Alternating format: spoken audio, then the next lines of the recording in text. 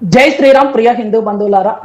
అలాగే ఈరోజు మనం ఎంచుకున్నటువంటి అంశం వచ్చేసి బాప్తిజానికి క్రైస్తవానికి ఎటువంటి సంబంధం ఉంది అనేటువంటి అంశంపై ఈరోజు మనం లోతైనటువంటి పరిశీలన మనం చేయబోతున్నాము. మన మధ్యలోకి ఈరోజు సహదేవ్ సార్ గారు రావడం అనేటువంటి ఎంతో యోగ్యతగా భావిస్తున్నాము. అలాగే ధర్మపురం నుంచి పని రాజేష్ గారు, అలాగే గోపి గారు కూడా మన మధ్యలో ఉన్నారు. సార్ మీకు ప్రత్యేకమైన ధన్యవాదాలు తెలియజేస్తున్నాం. అలాగే ధర్మపురానికి శ్రీరామ రాజ్యానికి మీకు ఆహ్వానం కూడా తెలియజేస్తున్నాం సార్.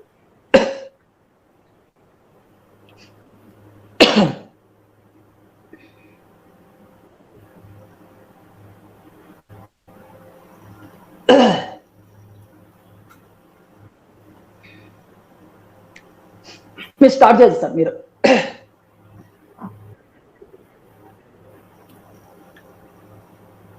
షేర్ అందరికీ నమస్కారం అండి. ఇవాళ చారిత్రాత్మకంగా ఉన్నటువంటి జాన్ ద బ్యాప్టిజం ఇచ్చే యోహాను గురించి ఒక presentation followed by question answers. Audio okay ఉందా అండి? ఒకసారి ఓకే చెప్తారా ఎవరన్నా? Thumbs up. నా గురించి ఓకే చెప్తారా? పర్ఫెక్ట్.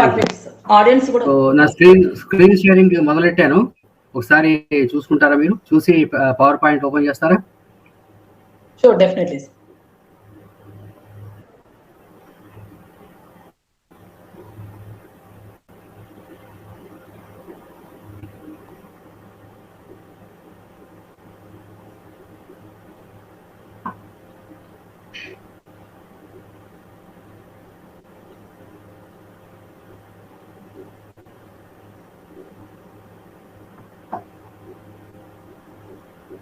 మీరు ఓపెన్ చేస్తారు సార్, నేను ఓపెన్ చేయాలా?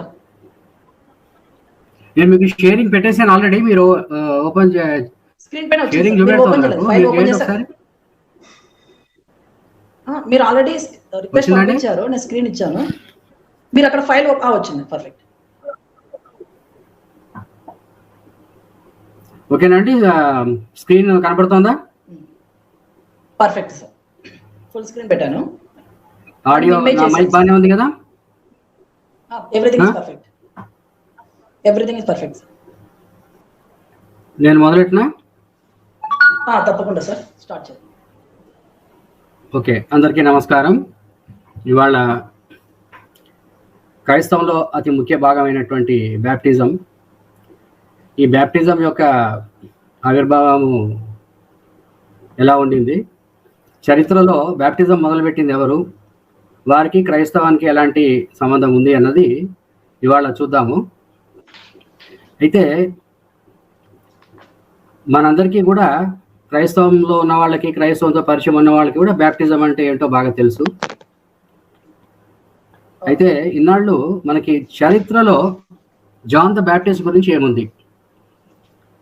మనకి క్రైస్తవ సాహిత్యంలో బైబిల్లో ఉన్నటువంటి జాన్ ద బ్యాప్టిస్ట్ గురించిన వివరాలు, చరిత్రాత్మకంగా ఉన్నటువంటి రుజువులు, విశ్లేషణలో ఉన్నటువంటి వివరాలు రెండింటిని పోల్చి ఇవాళ చూద్దాము. ఆడియో ఓకేనండి? పర్ఫెక్ట్. ఓకే, ఇవాళ నేను చేసేటువంటి ప్రజెంటేషన్కి మూలము ప్రొఫెసర్ స్టీవ్ మేసన్ అనేటువంటి ఒక ప్రొఫెసర్ గారు. ఈయన గత 25-30 సంవత్సరాలుగా వివిధ విశ్వవిద్యాలయాల్లో పనిచేస్తున్నారు. చాలా పుస్తకాలు రాశారు, ఇక్కడ మీ ముందు ఉన్నాయి. ఎక్కువ మటుకు ఈయన స్పెషాలిటీ వచ్చేసి ప్రాచీన మధ్య ఆసియా, అంటే జుడియా, జీసస్, క్రైస్తవ ఆవిర్భావము, ఆ టైం నుండి ఉన్నటువంటి ఎక్కువ ఆయన స్పెషాలిటీ. చాలా పుస్తకాలు రాశారు, అందులో కొన్ని పుస్తకాలు ఇక్కడ మీకు చూపిస్తున్నాను. ఇందులో ముఖ్యంగా ప్రస్తుతం ఆయన నెదర్లాండ్స్లోని యూనివర్సిటీ ఆఫ్ గ్రానింగన్లో ప్రొఫెసర్గా ఉన్నారు. Professor of ancient Mediterranean religions and cultures. మనం ఇవాళ నేను చేసే ప్రజెంటేషన్కి రెండు మూలాలు ఉన్నాయి. ఒకటి స్టీవ్ మేసన్ గారు రాసినటువంటి Josephus and the New Testament అనేటువంటి ఒక పుస్తకము. రెండోది ఆయన ఇటీవలే John the Baptist in history అని ఒక 2.5 గంటల సేపు ఒక ఛానల్లో ఆయన ఒక విశ్లేషణ ఇచ్చారు. ఆ విశ్లేషణ యూట్యూబ్ లింక్ పైన పెట్టాను, మనం షేర్ చేస్తే బాగుండదు కాబట్టి మీకు ఊరికే డీటెయిల్స్ ఇస్తున్నాను. దీని ఆధారంగా మనం ముందుకెళ్దాం. ఓకే, ఇంకొక చిన్న లింక్ కూడా ఇచ్చాను మీకు. దీంట్లోంచి కొన్ని స్క్రీన్ షాట్స్ కొన్ని తీసుకున్నాను. అది కూడా యూట్యూబ్ లింక్ మీకు చూపించాను. సో అది కూడా చూడొచ్చు మీరు. ఇంగ్లీష్ భాష అర్థమైన వాళ్ళు, ఇంగ్లీష్ పుస్తకాలు చదివే ఆసక్తి ఉన్న వాళ్ళు తప్పకుండా వాళ్ళ బడ్జెట్ పర్మిట్ చేస్తే, పుస్తకాలు దొరికితే, తెప్పించుకోగలిగితే ఈ పుస్తకాలు చదివితే చారిత్రాత్మక విషయాలు కూడా తెలుస్తాయి. అయితే ఫస్ట్ మనం తెలుసుకోవాల్సింది ఏంటంటే, బ్యాప్టిజం ఇచ్చే యోహాన్కి క్రైస్తవానికి ఎలాంటి సంబంధం లేదు. ఆయన ఒక స్వతంత్ర ప్రవక్త. ఇది హిస్టారికల్ పాయింట్ ఆఫ్ వ్యూ. చారిత్రాత్మక ఆధారాల ప్రకారం క్రైస్తవానికి జాన్ ద బ్యాప్టిస్ట్కి ఎలాంటి సంబంధాలు లేవు.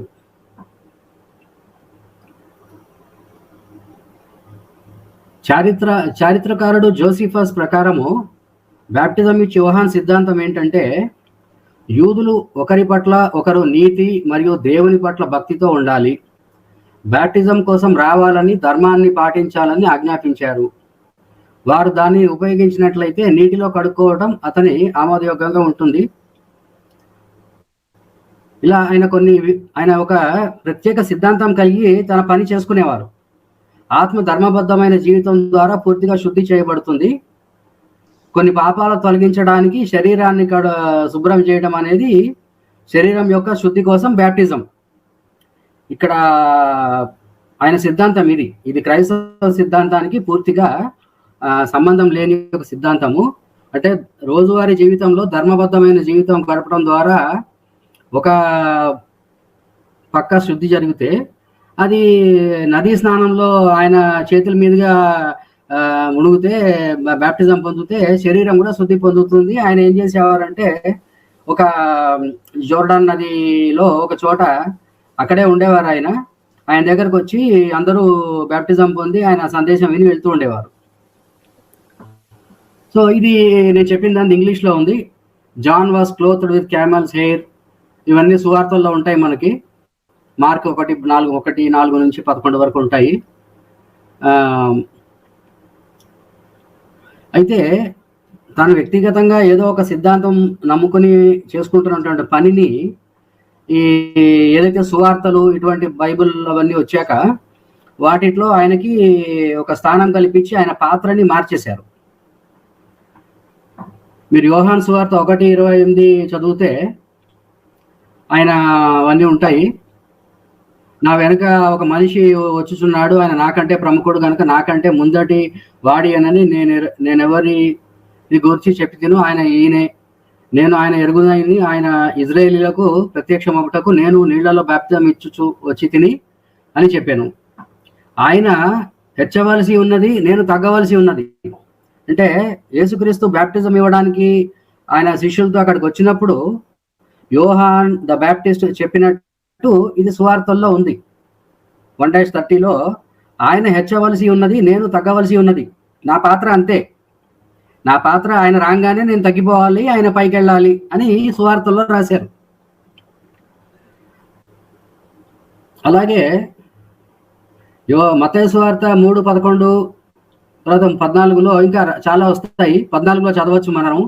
నేను నీ చేత బ్యాప్టిజము పొందవలసిన వాడై ఉండగా నీవు నా యొద్దకు వచ్చిచున్నావా అని ఆయన యేసుక్రీస్తుని అడుగుతారు.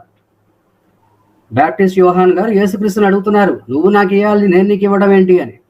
ఈ యొక్క ఇదంతా కూడా సువార్తల్లో రాసినటువంటి వాక్యాలు అన్నమాట ఇవన్నీ. అలాగే బ్యాప్టిస్ట్ యోహాన్ గారిని ఆయన అకాల మరణం చెందుతారు. దానికి 2 విభిన్న కథనాలు ఉన్నాయి. మార్కు సువార్తలో మనం చూడొచ్చు, హేరోదు తన సహోదరుడు ఫిలిప్పు భార్యమైన హెరోదియను పెళ్లి చేసుకున్నందున యోహానుని సహోదరుని భార్యను చేర్చుకున్నట నీకు న్యాయం కాదని హేరోదుతో చెప్పాను గనుక. అంటే జాన్ ద బ్యాప్టిస్ట్ గారు రాజుగారికి చెప్పారంట, నువ్వు ఇంకోటి భార్యను తెచ్చుకున్నావు, నీకు అది తప్పు, నీకు మంచి పద్ధతి కాదు, అది ఇది అని చెప్పి. ఇతడు ఆమె నిమిత్తం యోహానును బట్టి తెప్పించి చెరసాలలో బంధించి ఉండెను.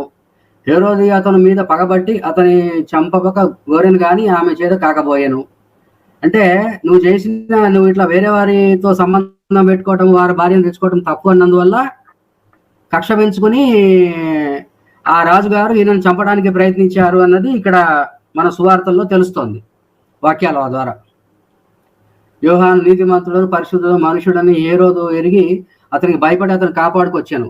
మరియు అతని మాటలు విని నప్పుడు ఏమి చేయని తోచకపోయాను, సంతోషంగా వింటున్నాను.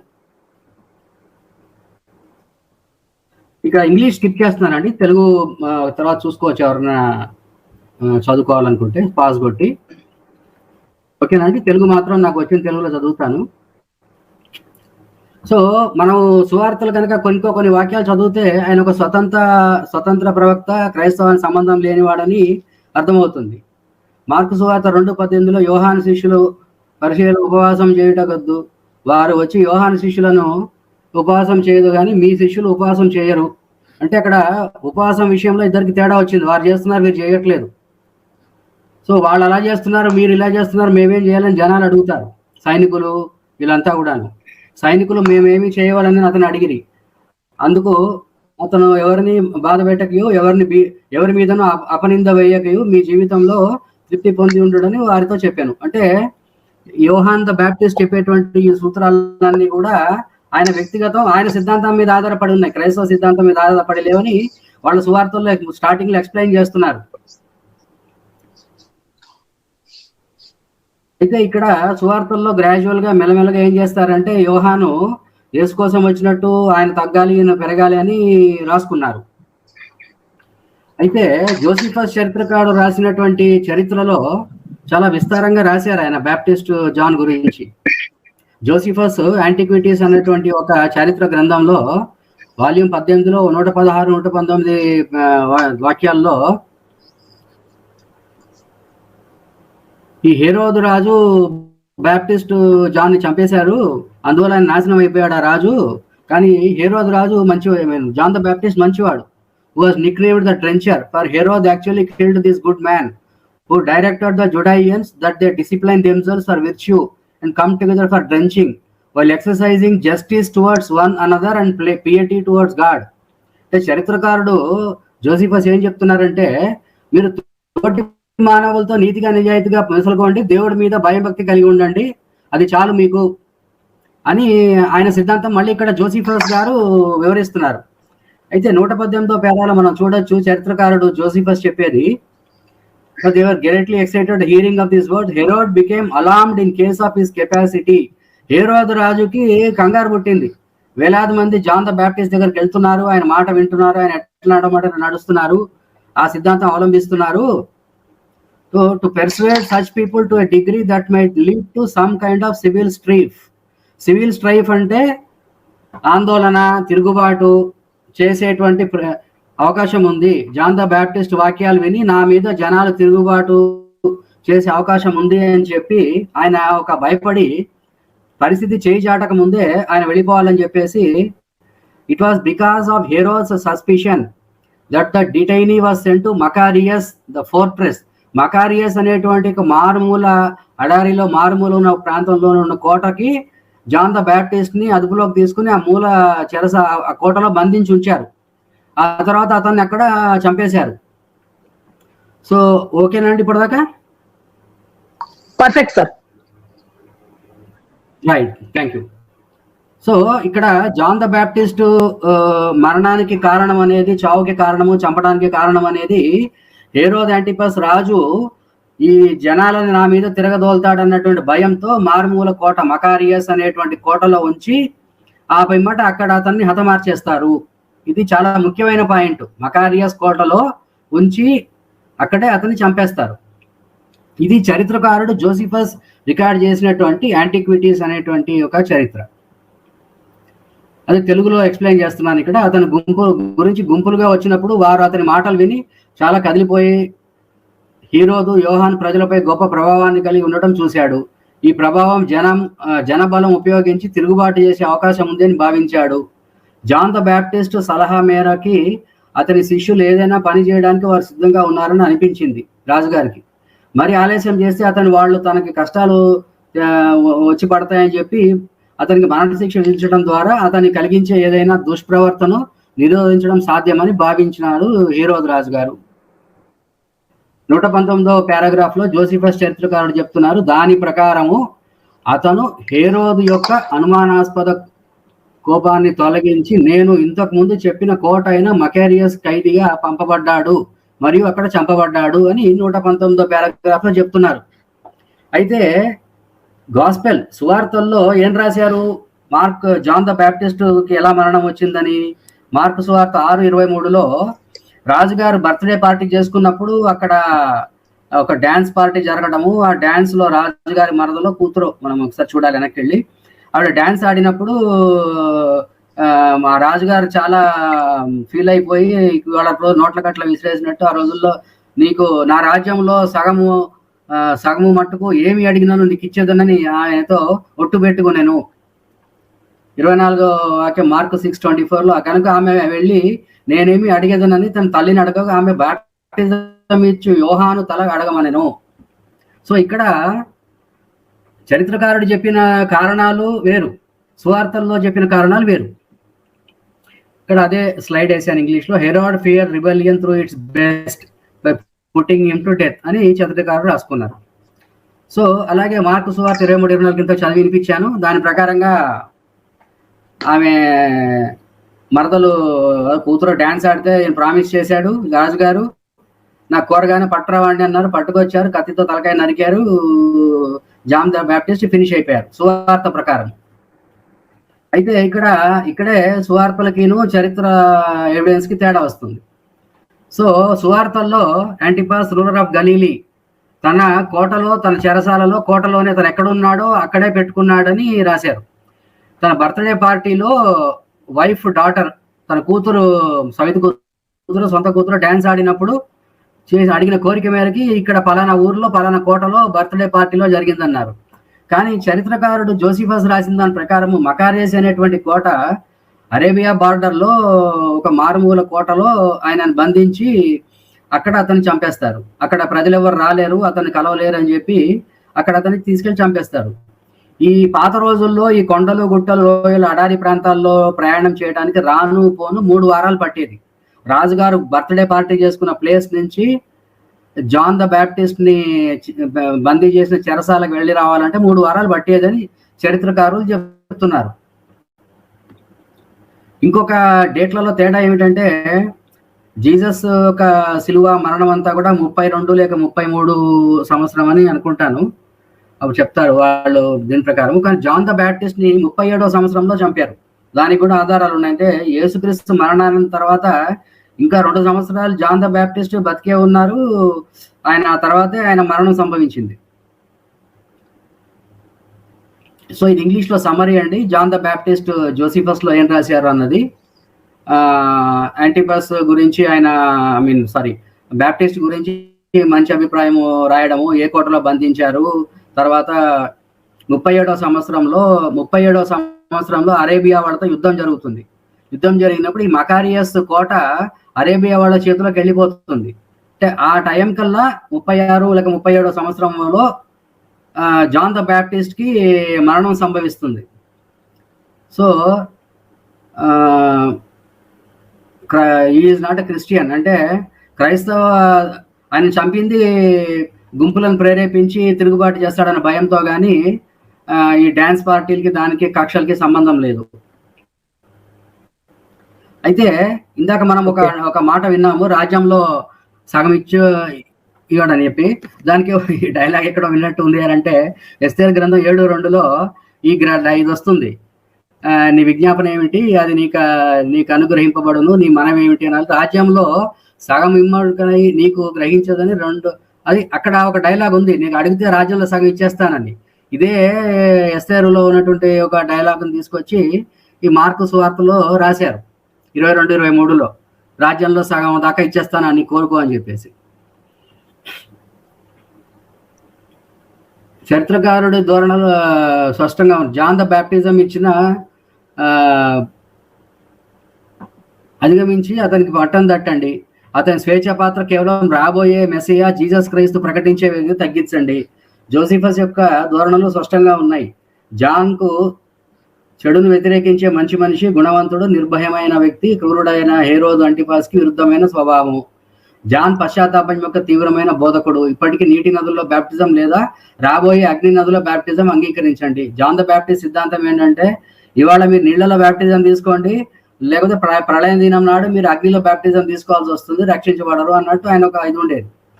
సో సువార్త రచయితలు ఇద్దరు జాన్ కీర్తిని ఉపయోగించుకున్నారు, యేసుని పరిచయం చేశారు, ప్రసిద్ధ వ్యక్తిని మెస్సీ ఆధీనంలోకి తీసుకున్నారు. అది జాన్ ద బ్యాప్టిస్ట్ ని ఈ సువార్తలో ఉన్నటువంటి వాక్యాల ద్వారా ఆయనని మెల్లగా తన క్రైస్తవంలోకి, తన రాబోయే మెస్సియా, రాబోయే దేవదూత గురించి ప్రకటించే వ్యక్తిగా ఆయన పాత్రను పూర్తిగా కుదించేశారు. జాన్ రాబోయే తీవ్రమైన దైవ ఆగ్రహం ప్రకటించారు. కానీ యేసు గురించి ఒక్క మాట చరిత్ర ప్రకారం యేసు గురించి జాన్ ద బ్యాప్టిస్ట్ ఒక్క మాట చెప్పలేదు. John the Baptist Yesu Jesus Christ గురించి చెప్పిందంతా కూడా సువార్తల ద్వారా, అపోస్తల కార్యాల ద్వారా మాత్రమే తెలుస్తోంది. ఈ జోసిఫస్ గురించి ఒక విషయం చెప్పాలి. ఇక్కడ ఒక జోసిఫస్ అండ్ జీసస్ అని మీకు స్క్రీన్ లో కనపడుతోంది. యేసుక్రీస్తు గురించి సమకాలీన చరిత్రలో ఏకైక reference out side biblical sources వచ్చి జోసిఫస్ అనే చరిత్రకారుడు. అది ఈ పారాగ్రాఫ్ లో ఉంది.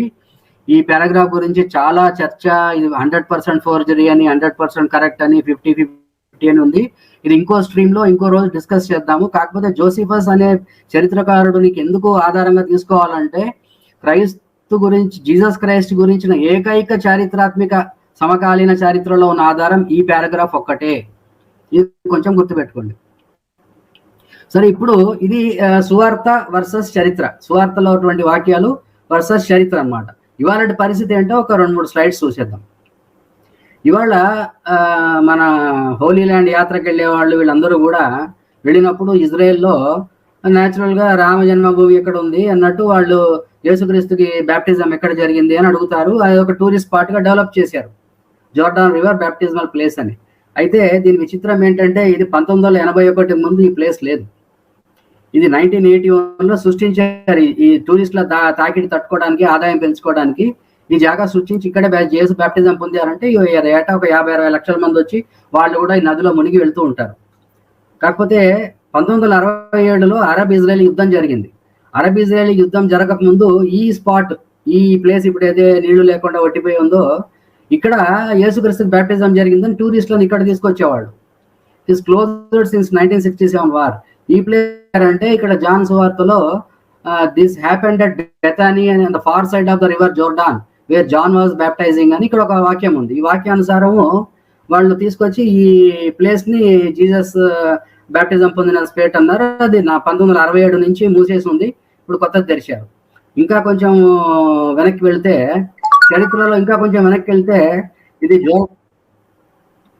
ఓకేనండి? సౌండ్ వాయిస్ ఓకేనా? Perfect sir.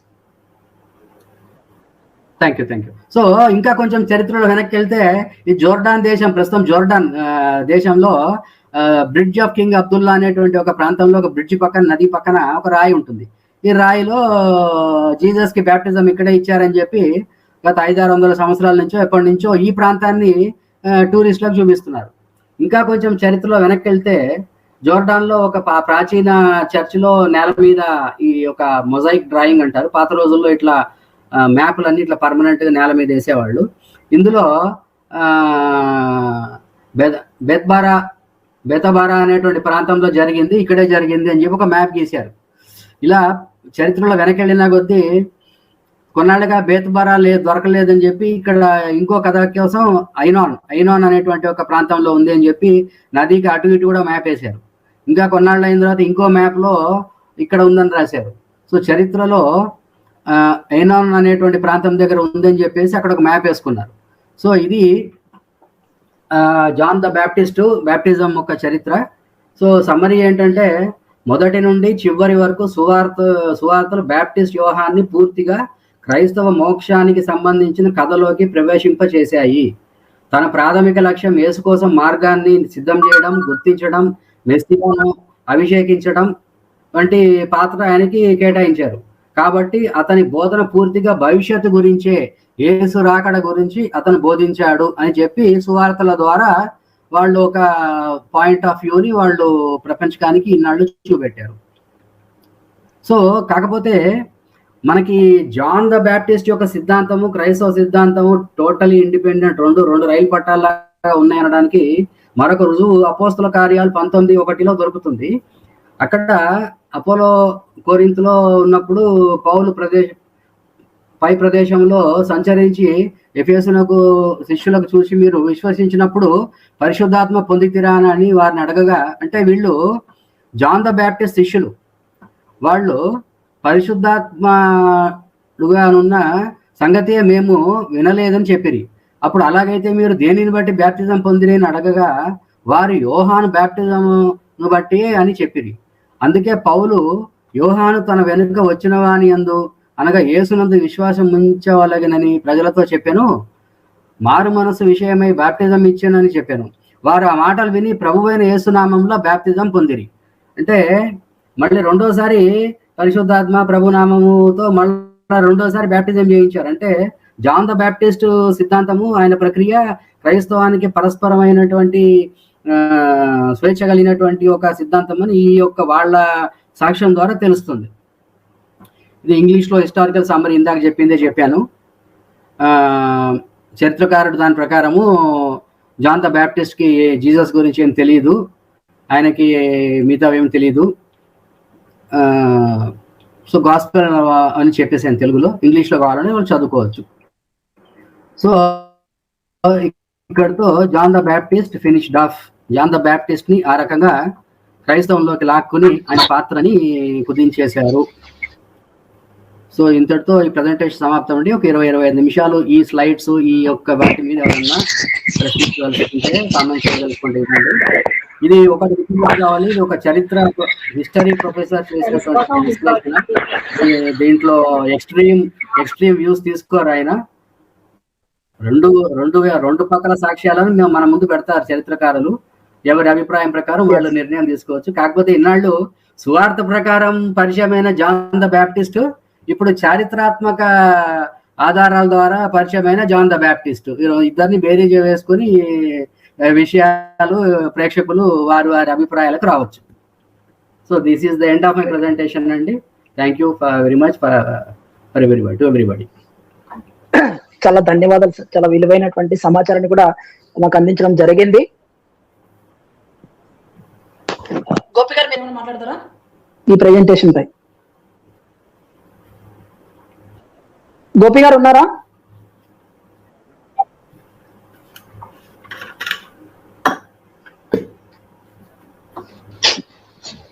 పని గారు మీరేమైనా మాట్లాడతారా? యాక్చువల్గా నేను ఇప్పటివరకు ఏం చూడలేదు. ఒకటేనే, ఇంకోటి ఏంటంటే నా దగ్గర ఇక్కడ వర్షం భారీగా పడుతుంది. నా దగ్గర నుంచి బాగా డిస్టర్బెన్స్ రావచ్చేమో మీకు. ఓకే, కొంచెం అందుకనే నేను మ్యూట్ లో ఉంటాను. లేదు అంటే నన్ను దీని నుంచి తీసినా పర్లేదు. సో ప్రేక్షకులారా, ఎవరైనా సరే ఈ అంశంపై అంటే సహదేవ్ సార్ గారు చూపించినటువంటి జాన్ బాప్టిజ్ అనేటువంటిది అసలు చరిత్రాధారంగా మనం చూసినప్పుడు చాలా వాస్తవాలు తెలుసుకున్నాము. ఈ లైవ్ చూసిన వాళ్ళు ఎవరైనా సరే మీ యొక్క అభిప్రాయం చెప్పాలనుకున్న వాళ్ళు మీకు కామెంట్ రూపంలో మీకు లింక్ ఇవ్వడం కూడా జరుగుతుంది. క్వశ్చన్స్ సార్ని ఎవరైనా అడగాలన్నా తప్పకుండా రావచ్చు. సార్ మన మధ్యలో ఒక 20 నిమిషాలు అవైలబుల్ ఉంటారు.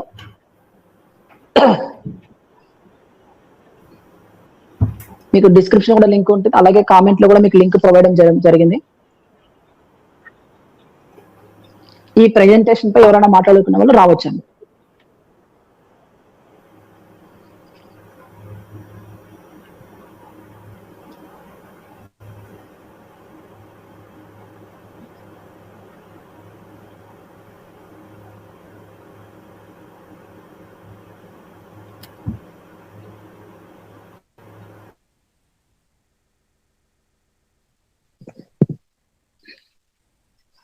ఓకే, గోపి గారు మాట్లాడతారండి? ఎవరు లేనట్టున్నారండి ఈ అంశం అనేటువంటిది. సరే, అయితే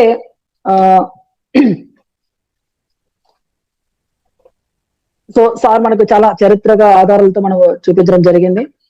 ఇంకొకటి మనము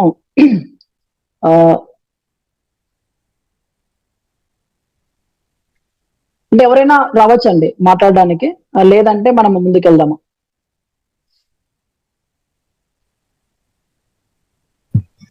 రాముడు ఏమైంది, కట్ అయిపోయారు సహదేవ్ గారు? సహదేవ్ గారు వస్తారు, కట్ అయినట్టున్నారు. కుమార్ గారు చెప్పండి సార్. జై శ్రీరామ్ అండి అందరికి. జై శ్రీరామ్. అంటే నిన్న అడిగిన డౌటే ఈరోజు ఆయన వస్తే అడుగుదాం అనుకున్నాను. ఏమడిగినాడు సార్? కట్టి సార్, ఇప్పుడు మొదటి నుంచి నేను చెప్పేది ఏంటంటే, మనం ఈ టాపిక్ పైన మీకు ఏమైనా డౌట్ ఉంటే అది బెటర్. అదేనండి, ఇప్పుడు బాప్తిజం తీసుకోవడం అంటే ఏసునామంలో ఇస్తున్నారు అన్నారు కదా. ఇప్పుడు మరి ఏసు అనే పదం మామూలుగా ఇప్పుడు జీసస్ క్రైస్ట్ అని మామూలుగా ఇప్పుడు తెలుగు గ్రంథాల్లో ఉంది. మరి హిబ్రూ గ్రంథాల్లో ఏముంది? ఆయన పేరు ఏ నామం మీద ఇస్తున్నారు? మరి దేవుడు అనే యెహోవా నామంగా, మరి యెహోవా అనేది మెయిన్ కదా, అది దాని గురించి అడుగుదాం అనుకున్నాను సార్. ఓకే, మీరు ఏమంటున్నారంటే ఆయనని మనం అంటే దీనికి ఐజాక్ కుస్మా గారు అనేటువంటి ఒక పాస్టర్ వస్తారండి. వాళ్ళు ఏంటంటే యేసు అనేటువంటిది నమ్మరు. వాళ్ళు యేసు అనేటువంటిది లేదు, అది ఒక కల్పిత పాత్ర, అంటే ఆయన ఆ నామము కల్పితం అని వాళ్ళంతా వాదిస్తూ ఉంటారు. మన వాళ్ళు అయితే చాలా మందికి ఏమంటే యేసే కల్పితం అనేటువంటిది చెప్పడం జరిగింది. సో మనం ఎక్కువ ఏంటంటే మీరు ఏదైతే యేసు నామంలో బాప్తిజం ఇస్తున్నారు అనేటువంటిది మన ఐజాక్ కుస్మా గారు అడిగినప్పుడు ఆయన చెప్తారండి. అంటే యేసు నామంలో బాప్తిజం అంటే యేసు నామం తప్పినప్పుడు ఆ బాప్తిజం కూడా యేసు నామంలో చెల్లదు. ఒకటి మీరు గమనించాలి. ఈ అంశం వచ్చేసి మనకు ఐజాక్ కుస్మా గారు వచ్చినప్పుడు ఏంటంటే ఆయనతో మాట్లాడాలి. వాళ్ళు ఏమంటే ఎలోహి అని అంటారు, యావే ఎలోహి అనేటువంటిది వాళ్ళు అంటారు. అది మనకు ఆయనతో మనం దాని అంశంలో మనం మాట్లాడడం మనకు తెలుస్తుంది. కానీ బైబిల్ ప్రకారం దేవుడు వచ్చేసి యావే అనమాట. ఎలోహి అనేటువంటి కానీ లేదంటే ఈ ఎలోహి వాళ్ళు అంటారు, యేసు కాదని.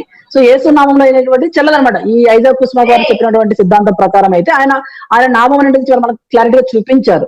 సో నాకు కూడా బాప్తిజం ఇచ్చినప్పుడు యేసు నామంలోనే బాప్తిజం తీసుకున్నాను. నాకు కూడా కాబట్టి నా బాప్తిజం సర్టిఫికేట్ కూడా ఉంది, చూపించమంటే చూపిస్తాను మీకు. ఒక సర్టిఫికేట్ ఇస్తారు వాళ్ళు. తర్వాత ఏంటంటే ఆ నీటి గుంటలో ముంచేసి లేపుతారు అనమాట. చాలా ప్రశ్నలు అడుగుతారు, కొన్ని ప్రశ్నలు ఉంటాయి. దానికి ముందు 1 గంట 2 గంటలు వాళ్ళకి కౌన్సిలింగ్ ఇచ్చిన తర్వాత ప్రేయర్ చేసి ఏడి చేసి తర్వాత నీ పాపాలని చెడిపోతాయి, ఇవన్నీ చాలా చెప్తారు లేదండి. ఆ రోజు కోసం వాళ్ళు ఎంతైనా చేస్తారు. ఆ తర్వాత ఏముండదు దానివల్ల. సార్ వచ్చారు. సారీ అండి, నెట్ లో కొద్దిగా డిస్టర్బెన్స్ వచ్చి అయిపోయాను. ఓకే ఫైన్ సార్, అప్పుడప్పుడు ఇలా జరుగుతుంటాయి టెక్నికల్ ఇష్యూస్. అడగండి కుమార్ గారు. నమస్తే అండి.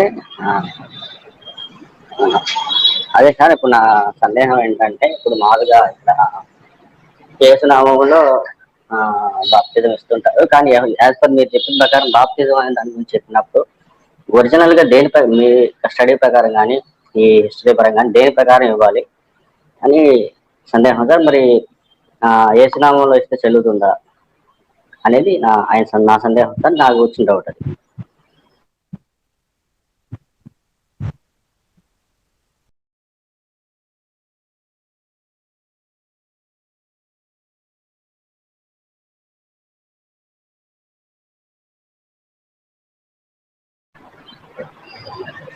సరే సార్, ఆయన అవైలబిలిటీ లేనట్టు అంటే నేను తర్వాత మళ్ళీ వస్తానండి రాముడు గారు.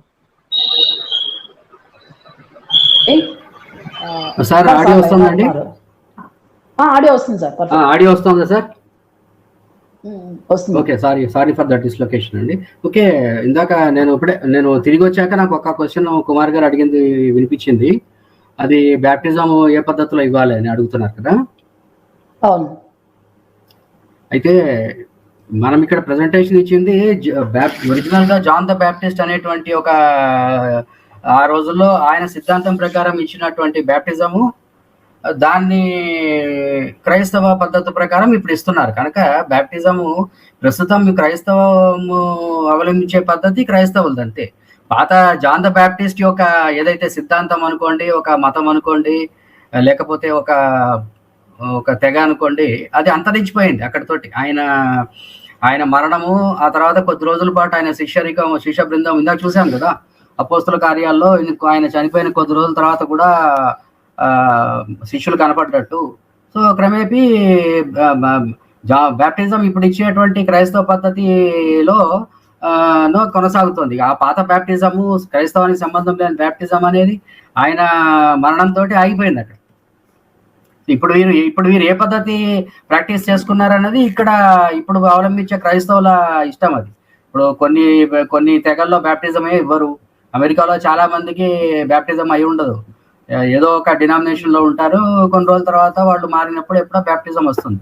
సో బ్యాప్టిజం గురించి ప్రస్తుతం క్రైస్తవంలో ఎలాంటి ఆలోచన ఉంది అన్నది హిస్టారికల్ గా మాకు అదే నేను పెట్టిన ప్రెజెంటేషన్ కి అది అనవసరం. అది ఏది రైట్ ఏది రాంగ్ అనట్లేదు. ఇక్కడ చేసేదల్లా John the Baptist versus present Christian how it was incorporated into Christian religious structure అన్నది మేము ఇక్కడ మాట్లాడాము.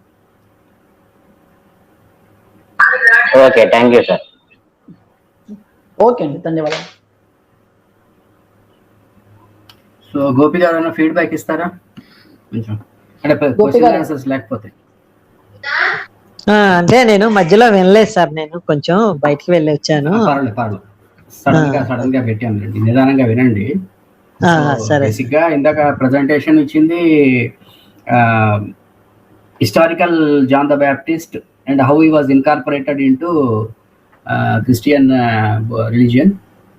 దానికి చరిత్రాత్మకంగా ఇది రెండింటికి మధ్యలో ఉన్న తేడాలు ఏమిటి, ఓకే ఓకే, చరిత్ర చెప్తున్నటువంటి విషయాలు వేరు, సువార్తల్లో అపోస్తల కార్యాలు ఇతర క్రైస్తవ గ్రంథాల్లో ఉన్నటువంటి విషయాలు వేరు అని చెప్పామండి. అంటే ఏం లేదు సార్, ఇక్కడ ఒక చిన్న డౌట్ వచ్చింది మీరు చెప్తుంటే. అంటే బాప్టిజం ఇచ్చే యోహాను యేసుక్రీస్తు కూడా బాప్టిజం ఇచ్చాడని ఉంది సార్, అది నిజమేనా, లేకపోతే దాంట్లో ఏమైనా హిస్టారికల్ గా ప్రూఫ్స్ ఏమైనా ఉన్నాయా? వాళ్ళు అంటే ఈ చరిత్ర నేను కోట్ చేసిన ప్రొఫెసర్ గారి డిస్కషన్ లో మీరు పూర్తిగా వినుంటే, నువ్వు నాకు బ్యాప్టిజం ఇవ్వాలి, నువ్వు నా దగ్గరికి రావడం ఏంటి అని యోహాన్ బ్యాప్టిస్ట్ అడుగుతారు యేసుక్రీస్తుని సువార్త చరిత్ర ప్రకారం. సువార్తలు అడుగుతారండి. ఒక ఈయన యేసు ఏం చెప్తారంటే ఈసారికి ఇట్లా కానీ అని చెప్పి యేసు చెప్తాడు యోహాన్కి. అది అవును. ఒక దాంట్లో ఉంది, ఒక దాంట్లో లేదు. ఒక దాంట్లో స్పష్టంగా ఆయన చేశారంటే, ఇంకో దాంట్లో ఈయన ఇటుపక్క చేస్తుంటే ఆయన అటుపక్క చేసుకున్నాడు అని కూడా ఉంది అని చదివాను నేను ఈ ప్రిపరేషన్ అప్పుడు. సో బేసిక్ గా జీసస్ కి బ్యాప్టిజం ఎందుకు అన్న ప్రశ్న కూడా వస్తుంది, ఎందుకంటే himself is a divine person కదా. సో అయినా సరే ఒక దాంట్లో చేస్తారు ఆయన. కాకపోతే నేను తప్పుకుంటాను, ఇంకా నీదే రాజ్యము అన్నట్టు జాన్ ద బ్యాప్టిస్ట్ ని ఆయన పాత్రని కుదించేసి మొత్తం బ్యాప్టిజం తీసేస్తారు. ఆయన అక్కడి నుంచి ఆయన చరిత్ర అంతమైపోతుంది అక్కడితో. అవునండి, అవును. ఆయన మరణానికి కారణాలు చరిత్రలో ఒక రకంగా ఉన్నాయి, సువార్తల్లో ఒక రకంగా ఉన్నాయి. చరిత్రలో అంటే ఇప్పుడు సువార్తలో అంటే అందరికీ తెలిసిన విషయమేనండి, చరిత్రలో ఏ రకంగా ఉందండి?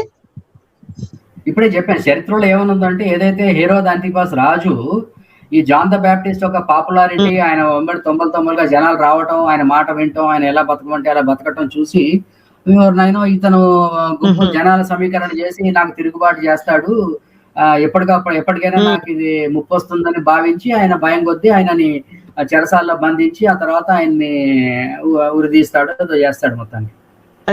అయితే సువార్తలో ఏముంటుందంటే అండి, వాళ్ళ కూతురు ఎవరో డాన్స్ చేసి రాజును మెప్పించి యోహాన్ తల కావాలని అడుగుతుందట. అదే కంపారిజన్ చేశాను ఇందాక. అదే సార్, అదే అంటే వినని వాళ్ళు కూడా మళ్ళీ వింటారు కదండి, ఇంకొకసారి మనం సువార్తలో ఆయన బర్త్డే పార్టీ చేసుకుంటూ ఉండగా సొంత కూతురు డాన్స్ ఆడుతుంది. నా రాజ్యంలో సగం వరకు ఏది అడుగుతా అది ఇస్తానంటే వాళ్ళ తల్లి అంటుంది, నాకు బ్యాప్టిస్ట్ యోహాన్ తలకాయ కావాలంటుంది. అదే అన్నప్పుడు ఆయన తీసిస్తాడు. ఈయన పెళ్లి విషయంలో ఈయన తన భార్యను వదిలిపెట్టేసి తమ్ముడు భార్యను అన్న భార్యను మోహించి తెచ్చుకుంటాడు. అది జాన్ ద బ్యాప్టిస్ట్ గారు వ్యతిరేకించారు, అంగీకరించలేదు, నువ్వు తప్పు చేసావని చెప్పారు అని కక్ష కట్టుకుని అక్కడ ఈ పని చేసిందని సువార్త చరిత్ర, సువార్తికులు రాశారు. జోసిఫస్ చరిత్ర వేరే విధంగా ఉంది, జరిగిన ప్రాంతం కూడా డిఫరెంట్. అంటే హిస్టారికల్ ప్రూఫ్స్ అంటే ఎలా సార్ ఇవి హిస్టారికల్ ప్రూఫ్స్ అంటే మనకి ఏమైనా శాసనాలు అట్లాంటివి ఏదైనా దొరికినాయా, లేకపోతే దీన్ని ఎలా రీసెర్చ్ చేసి? జోసిఫస్ అనే చరిత్రకారుడు జీసస్ క్రైస్ట్ కి టైంలో నుంచి మొదలుపెట్టి అరౌండ్ 100 AD 95, 97 వరకు ఆయన బతుకున్నారు. ఆయన మొత్తం మెటికులస్ గా ఆయన ఒక చరిత్ర కొన్ని వాల్యూమ్స్ రాశారు. ఆయన 2 రకాల గ్రంథాలు రాశారు. అంటే హిస్టారికల్ గా ఎక్కడైనా ప్రూఫ్స్ తీసుకొని రాశాడా అండి? ఎక్కడైనా ప్రూఫ్స్ తీసుకొని రాశాడా? దానికి మళ్ళీ కౌంటర్ ప్రూఫ్. ఇప్పుడు సువార్తల్లో ఉన్నటువంటి చరిత్రకి ప్రూఫ్ ఏముంది? లేదు కదా. అంటే ఈ తోళ్లు సంబంధించి ఏవో దొరికినాయి అండి, అప్పుడు కాన్స్టెంట్ టైంలో కొన్ని దొరికినాయి అని చెప్పి, ఏదో గుహలో దొరికినాయి అని చెప్పి వాటి ఆధారంగా సువార్థికులు తీసుకొచ్చారని చెప్పి నేను విన్నాను. లేదు లేదు, అది గుహలో దొరికినవి నాగ్ హమాడి స్క్రోల్స్ అని చెప్పి 1947-48 లో దొరికాయి. అది అది ఒక సెపరేట్, అది అంటే దాంట్లో ఏం కొత్తగా దొరకలేదు. ఓకే అండి. దాంట్లో ఏమి కొత్తగా ఏం దొరకలేదు. ఈ సువార్తలు రాసుకున్న సోర్సెస్ వేరున్నాయి. అయితే జోసిఫస్ అనే అతను రాసినటువంటి, ఇప్పుడు చరిత్రకారుడు ఎలా నిర్ధారిస్తాడు? అదే సార్, అదే నాకు అదే డౌట్ అండి. ఇప్పుడు ఏమైనా ఆధారాలు దొరికినాయా? ఫర్ ఎగ్జాంపుల్ అంటే క్రాస్ చెకింగ్. ఇప్పుడు for example Antipas Raju,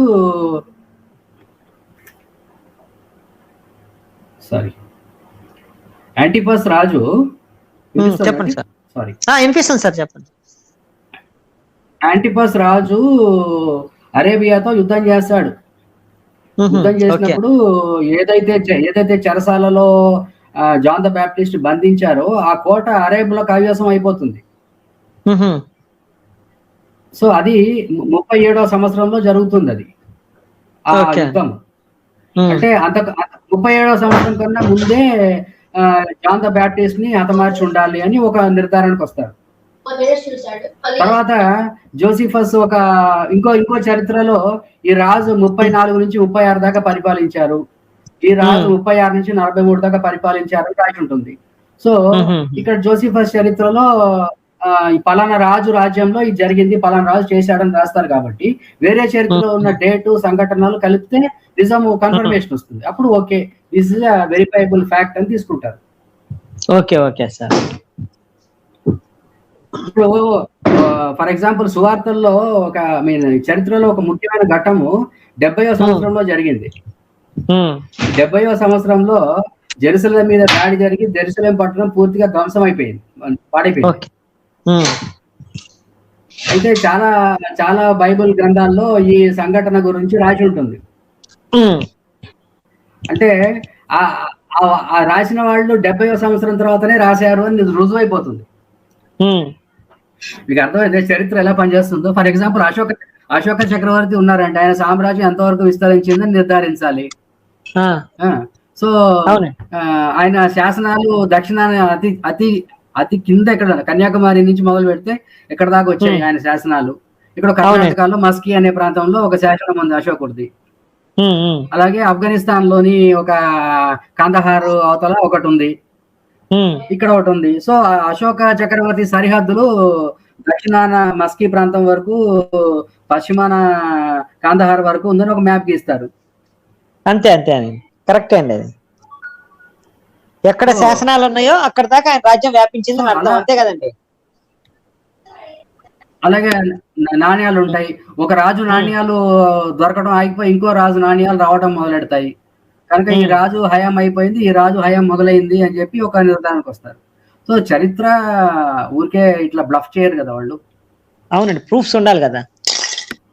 so Joseph అనే చరిత్రకారుడు రాసినటువంటి ఒక మెటీరియల్ ని వేరే చరిత్ర, యుద్ధాలు, రాజుల చరిత్రలు ఉంటాయి కదా, ఇంకోటి రాసిన చరిత్రలు లేదా చరిత్రలో ముఖ్యమైన సంఘటనలు ఉంటాయి కదా, అవన్నీ రికార్డ్ చేసినవి. ఇప్పుడు ఒక రకంగా చెప్పాలంటే, ఇప్పుడు ఇందాక ఒక మాట అన్నాను నేను, బైబిల్లోని విషయాలు గురించి ఏకైక చారిత్రాత్మక ఆధారం యేసుక్రీస్తు గురించి జోసిఫసే. అది కూడా ఒక పారాగ్రాఫ్ ఇరికిచ్చారు. ఆ పారాగ్రాఫ్ ముందు పారాగ్రాఫ్ కి తర్వాత పారాగ్రాఫ్ కి సంబంధం లేదు, లాజికల్ గా లేదు అని దాని మీద మీరు ఏ క్రైస్తవులకి ప్రూఫ్ అడిగినా జోసిఫస్ అనే చరిత్రకారుడు జీసస్ గురించి చెప్పారు అని చెప్తారు మనకి. ఆ జోసిఫస్ తప్ప ఇంకో ఆధారం ఎవరికి లేదు. అంటే సార్ వీళ్ళు క్రైస్తవులు చెప్పండి, క్రైస్తవులు ఏం చెప్తుంటారంటే సార్, యేసుక్రీస్తు చారిత్రక పురుషుడు అంటే ఉన్నాడా లేదా అని వీళ్ళు ఎట్లా చెప్తుంటారంటే, ఒక రాజుకి మధ్య లింక్ తీసుకొని బైబిల్లో రాసి ఉంటారండి. ఆ చివరి లింక్ ఈ చివరి లింక్ తీసుకొని మధ్యలో ఆ రాజు ఉన్నాడు ఈ రాజు ఉన్నాడు కాబట్టి యేసు కూడా ఉన్నాడు అని చెప్పి వీళ్ళు ఇట్లా ప్రచారం చేస్తా ఉన్నారు. Historical proofs. అర్థమైందా సార్? ఇప్పుడు దాన్ని చేద్దాం లేండి. ఇప్పుడు ఒక బిట్ నాకు అర్థమైందండి. ఇప్పుడు ఒక బిట్ ఇప్పుడు చేసాం కదా, ఇప్పుడు ఒక చిన్న జాన్ ద బ్యాప్టిస్ట్ ఒక ఎపిసోడ్ తీసుకుని సువార్తల ప్రకారం ఏం చరిత్ర ఉంది, బైబిల్ ప్రకారం ఏం చరిత్ర ఉంది అని మనము చూసాము. సో డిఫరెన్సెస్ ఉన్నాయి. Place of death, mode of death, reason for death అన్ని తేడా ఉన్నాయి. అలాగే చరిత్రకారుల ప్రకారం జాన్ ద బ్యాప్టిస్ట్ కి యేసుక్రీస్తుకు ఎలాంటి సంబంధం లేదు. జాన్ ద బ్యాప్టిస్ట్ యేసుక్రీస్తుని కలిసినట్టు చరిత్రకారుడు రాయనే లేదు. కానీ యేసుక్రీస్తుకి జాన్ ద బ్యాప్టిస్ట్ కి బోల్డంత సంభాషణ జరిగినట్టు సువార్తల్లో ఉంది. అవును సార్, అవునండి, అవును, కరెక్ట్. సో చరిత్ర history is not confirming what is return in the gospels. So decision is left to the audience. అవునండి, అవును. అది ఇంకా నెక్స్ట్, ఇప్పుడు ఇందాక నేను ప్రెజెంటేషన్ లో బుక్ చూపించాను, జోసిఫస్ అండ్ న్యూ టెస్టమెంట్ అని. సో సువార్తలు రాసేటప్పుడు చరిత్రకారుని చరిత్ర ఉపయోగించారా? దీనికి ఇది తెలుసుకోవాలంటే మనము బైబిలికల్ లిటరేచర్ టైమ్ లైన్కి వెళ్ళాలి. మీరు ఒక గెస్ట్ చేయండి అండకొండ రాముడు గారు. క్రైస్తవ బైబుల్ లో న్యూ టెస్టమెంట్ లో ఉన్నటువంటి గ్రంథాల్లో మొట్టమొదటిది ఏది? ఫస్ట్ స్టార్టింగ్ పాయింట్ రఫ్లీ ఫస్ట్ రాసిన మార్క్స్ వార్త 40 సంవత్సరాలు రాయబడింది. కొంచెం గోపి గారు వాయిస్ కట్ అవుతోంది అండి, అందరికి కట్ అవుతుందా? ఏమంటారంటే వీళ్ళు మార్కుస్ వార్త అని అంటారు.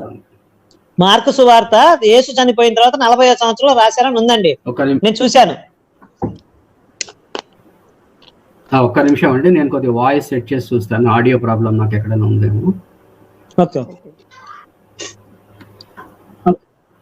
ఇప్పుడు నా వాయిస్ వస్తుందండి? Perfect sir. Okay. So Bible literature time line అంటే జనరలీ అగ్రీడ్ బై హిస్టోరియన్స్. అంటే the believers have a different story, but general గా బైబిల్ సాహిత్యంలో ఇప్పుడు ఉన్నటువంటి పుస్తకాల్లో స్టార్టింగ్ పాయింట్ వచ్చేసి పౌల్ గారి లేఖనాలు.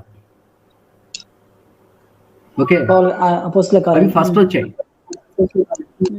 కాదు అపోస్తుల కార్యాలు చాలా లాస్ట్కి వచ్చాయి. అదే అందుకోసమే నేను మీకు ఒక ప్రపోజల్ పెట్టాను. నేను అండకొండ రాముడు గారి ఐడియా వచ్చిందా మీకు ఇప్పుడు? ఒక just general discussion, background discussion గురించి చెప్పాను మీకు. ఒక జూమ్ కాన్ఫరెన్స్, ఒక Zoom will discuss private. So time line of Bible ఎందుకంటే కొంచెము ఫస్ట్ పౌల్ గారి లేఖనాలు వచ్చాయి as per historical research, is not as per biblical believers. Okay, so Paul గారి లేఖనాల్లో కూడా 1 Thessalonians 1 ఫస్ట్ స్టార్టింగ్ అన్నమాట. క్రైస్తవానికి పునాది పడింది 1 Thessalonians ద్వారా. ఆ తర్వాత మార్కు సువార్త వచ్చింది. మార్కు సువార్త is the base. Marcus Varta is the base for Matthew, Matthias and Luca. Okay. And తర్వాత జాన్, యోహాన్. సో ఇంకొక చిన్న విషయం ఏంటంటే ఇక్కడ యాజ్ పర్ హిస్టారికల్ ఇది అపోస్తుల కార్యాలు రాసింది లూక్ యాక్ట్స్ అంటారు. ఇప్పుడు ఫారిన్ రీసెర్చర్స్ యాక్ట్స్ ని లూక్ యాక్ట్స్ అంటారు. అంటే లూకాసు వార్త రాసినటువంటి గ్రూప్ వ్యక్తిలో అదే ఇది బాణీలో అపోస్తుల కార్యాలు యాక్ట్స్ రాశారు కనుక రెండింటిని ఎప్పుడు కలిపి విశ్లేషిస్తారు. లూక్ అండ్ యాక్ట్స్ కలిపే విశ్లేషిస్తారు. ఓకే, సో ఒక 5 minutes గ్యాప్ తర్వాత రానా what shall we do? Okay sir, ఇంకా ఎవరు లేరు కాబట్టి కాలర్స్ కూడా ఎవరు రాలేదు. లేకపోతే ఇంకొక 5-10 minutes జనరల్ డిస్కషన్ చేద్దాము. సో ఇది దీని మీద మనకు biblical literature time line as per history, మనం బిలీవర్స్ యొక్క దీన్ని మనకు ప్రశ్నించకూడదు. తర్వాత దాని టైమ్ లైన్ అందరూ ఈక్వల్ గా వచ్చినట్టు లేకపోతే ప్రత్యక్ష సాక్షులు ఉన్నట్టే చెప్పుకోవాలి. బిలీవర్స్ అన్న తర్వాత వాళ్ళ నమ్మకం వాళ్ళకు ఉంటుంది.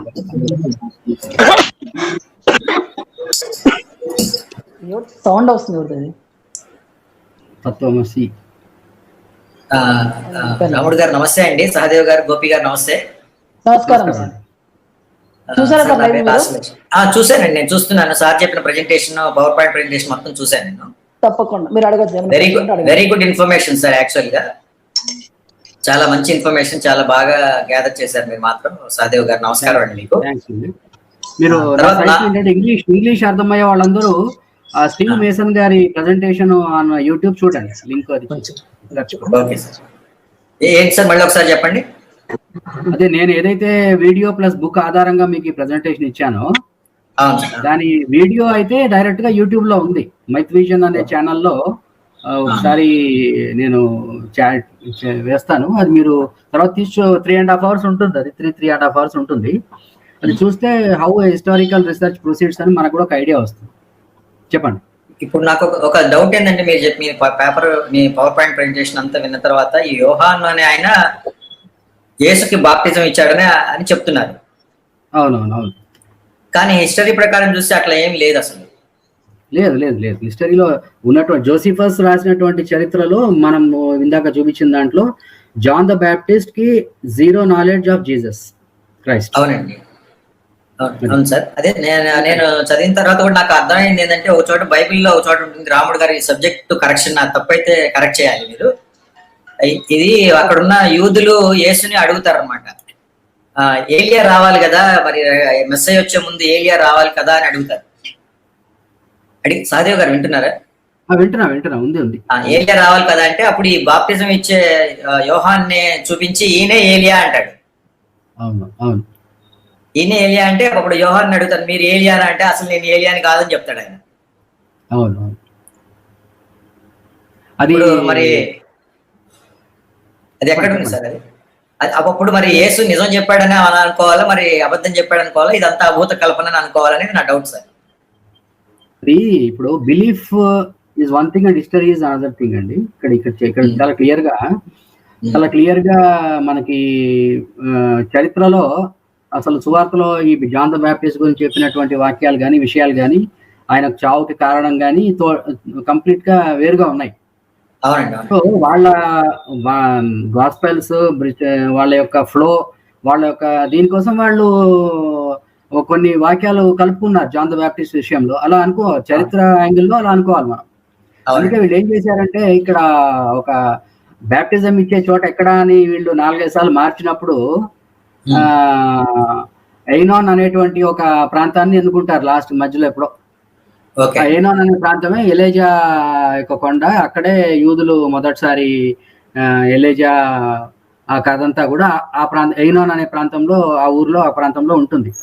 అందుకోసం ఎలేజాకి జాన్ ద బ్యాప్టిస్ట్ కి ఒకటే వ్యక్తి అన్న విషయంలో వాళ్ళు ఎయినాన్ అనే ప్రాంతం కూడా బ్యాప్టిజం జరిగిన ఒక ప్రాంతంగా కొన్నాళ్ళు దాన్ని గుర్తించుకున్నారు. ఓకే. అంటే ఇప్పుడు మనం చరిత్రని డిఫరెంట్ గా చూడాలి. ఈ సువార్త ప్రచారకులు అంటే వీళ్ళు లూక్, మార్క్ వీళ్ళు చెప్పిన దానికి అసలు ఈ చరిత్రకి సంబంధమే లేదు అసలు. ఉండదు. అంతే కదండి మీరు చెప్పేది. అన్లెస్ వాళ్ళు ఆల్టర్నేటివ్ హిస్టారికల్ సోర్సెస్ ద్వారా వాళ్ళు దీన్ని కౌంటర్ చేయాలి కదా.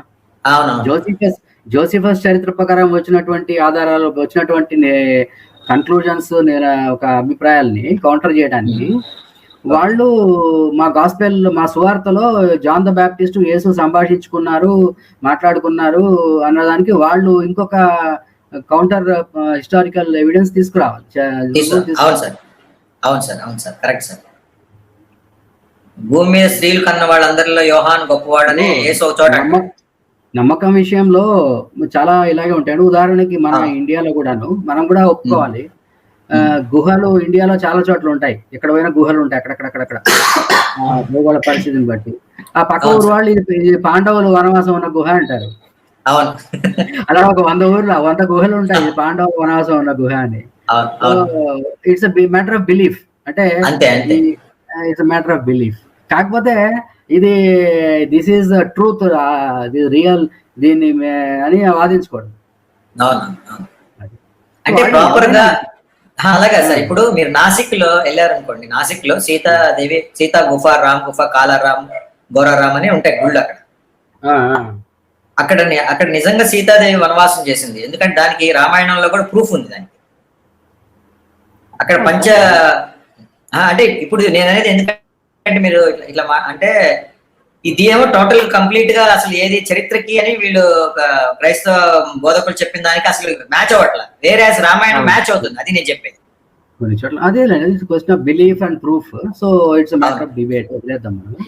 కాకపోతే ఏంటంటే మాది ఆధారాలతో కూడిన చరిత్ర, మాది నిజమైన చరిత్ర, నిజమైన దేవుడు, తర్వాత అలాంటి యొక్క వాదన కరెక్ట్ కాదు. ఇంకా అది మూర్ఖపు వాదన సార్, దాన్ని మనం ఎవరైనా చేయలేము. అది వద్దని చరిత్రాత్మకంగా మీరు నిరూపించగలిగితే. ఇప్పుడు మీరు ఇందాక చూపించారు మీ పవర్ పాయింట్ ప్రెజెంటేషన్ ఇందాక చూపించారు, ఈ జోసెఫస్ ఆయన యేసు గురించి చెప్పింది మహా అయితే 10 లైన్లు కూడా లేదు. అది చాలా పెద్ద అది ఆ డిబేట్ పెడితే 5-6 గంటలు అయిపోతుంది. దాని మీద ఫర్ అగేన్స్ట్ చాలా స్టడీ చేసి ఒక పారాగ్రాఫ్ కోసం కొట్టుకు వస్తుంటారు అందరు. అసలు ఈ జోసెఫస్ అని ఆయన కూడా లేడని కొంతమంది క్రిస్టియన్స్ వాదండి, అది కూడా ఫేక్ అని. కాదు, అది ఓకే వాళ్ళకి. అలాంటప్పుడు ఇప్పుడు అలా కాదు కదా. ఇప్పుడు ఆయన రాసింది ఇతర చరిత్రకారుల క్రాస్ చెక్ లో నిజం అవుతుంది కదా. అవునండి. ఇప్పుడు ఆయన రాసి అలా మూర్ఖంగా వాదించే వాళ్ళు కూడా ఉన్నారని చెప్తున్నాను. ఇప్పుడు ఆయన ఏం రాశాడు, జోసెఫస్ ఈ యాంటిపస్ రాజు చాలా మంచి వ్యక్తి, ఉన్నతమైన వ్యక్తి, జాన్ ద బ్యాప్టిస్ట్ ని చంపినందుకు గాను అతను అరబుల చేతిలో ఓడిపోయి వచ్చాడని రాశారు ఆయన. అవును, కరెక్ట్. సో ఆబ్వియస్లీ అరబులకి యాంటిపస్ హెరోద్కి యుద్ధం జరిగింది, అందులో అరబులు గెలిచారు, ఈయన ఓడిపోయాడు. సో జోసిఫస్ రాసినటువంటి మాట ఇంకో రకంగా హిస్టారికల్ గా ప్రూవ్ అయింది. అది సార్. ఒక 10 minutes బ్రేక్ తీసుకుంటాను రాహుల్ గారు. నేను I join after 10-15 minutes. Okay అండి? Sure, definitely. Okay sir, back stage లో పెట్టండి, ఎవరన్నా డిస్కస్ చేసుకోండి. ఓకే. తత్వమేశ్ గారు ఏమని చెప్తారండి? అదే సార్, ఆయన్ని సాదేవ్ గారిని అడుగుదాం అనుకున్నాను, బయటకు వెళ్ళారు కదా. ఒక 10 minutes లో వస్తారు.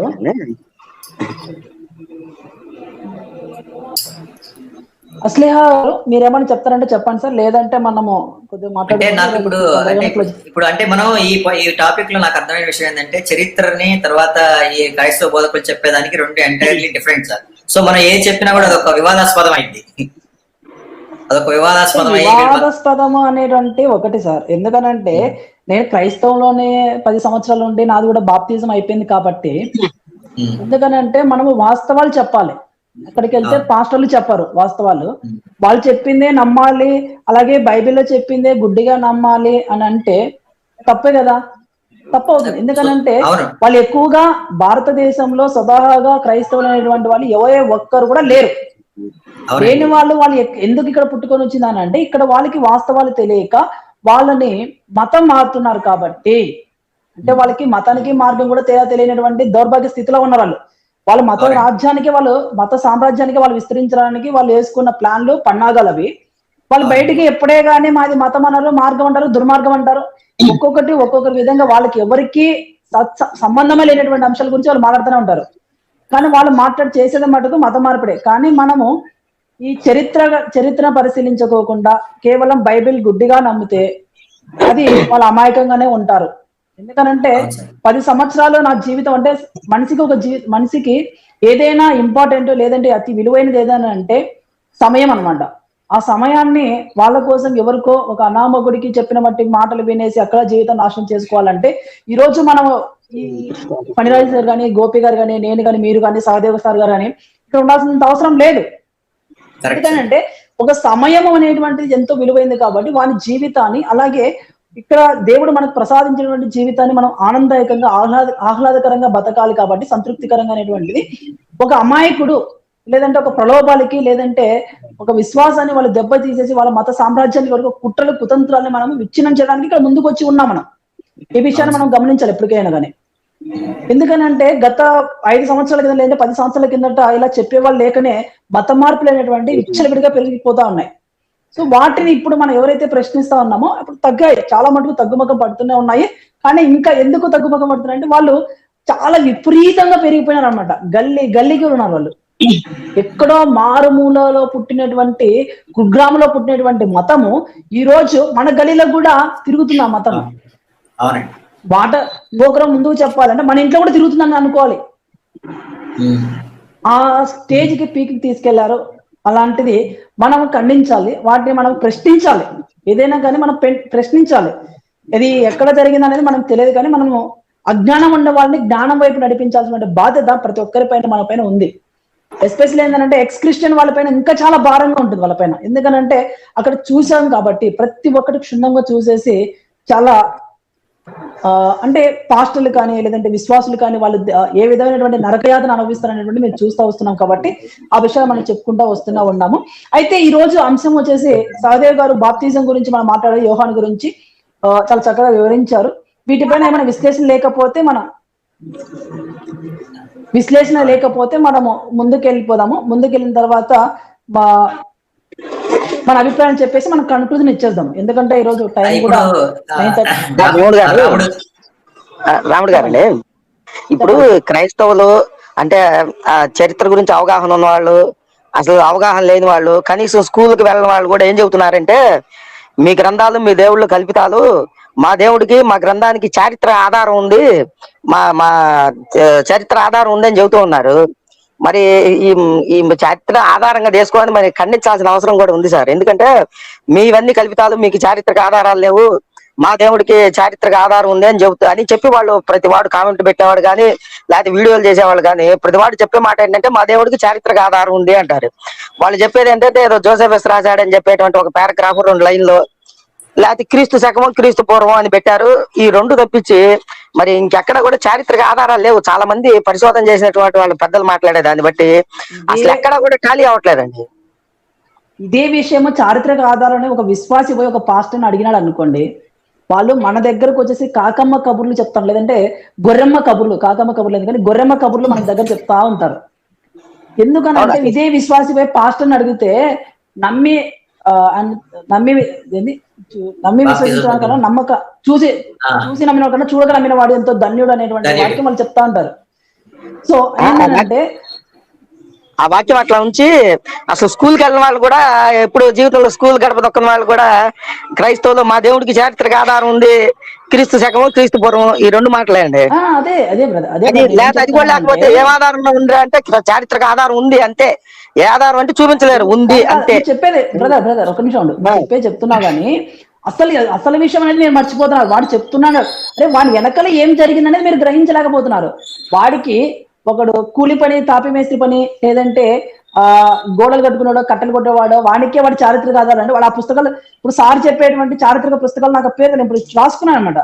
జోసెఫస్ అనేటువంటి పుస్తకము నేను రాసుకొని యాంటిక్విటీస్ అనేది రాసుకొని నేను కొనాలనుకుంటున్నాను.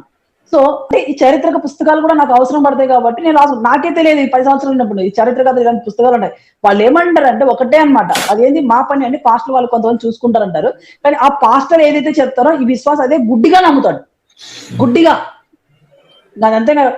ఇది వాటర్ బాటిల్ అని అనుకో, పెన్ను చూపించే వాడు అదే నమ్మేస్తాడు. వస్తాడు వాడు ప్రత్యక్షంగా చూపించినా కూడా వాడు నమ్మడు. వాడు ఎందుకనంటే నువ్వు దేవుని పైన నీకు బలంగా విశ్వాసం అంటో ఇక్కడ ఒక పెద్ద వంక బారుతుందని అనుకో, నువ్వు అడుగు పెట్టి నడుచుకుంటూ పోతావు భయ అని చెప్తాడు.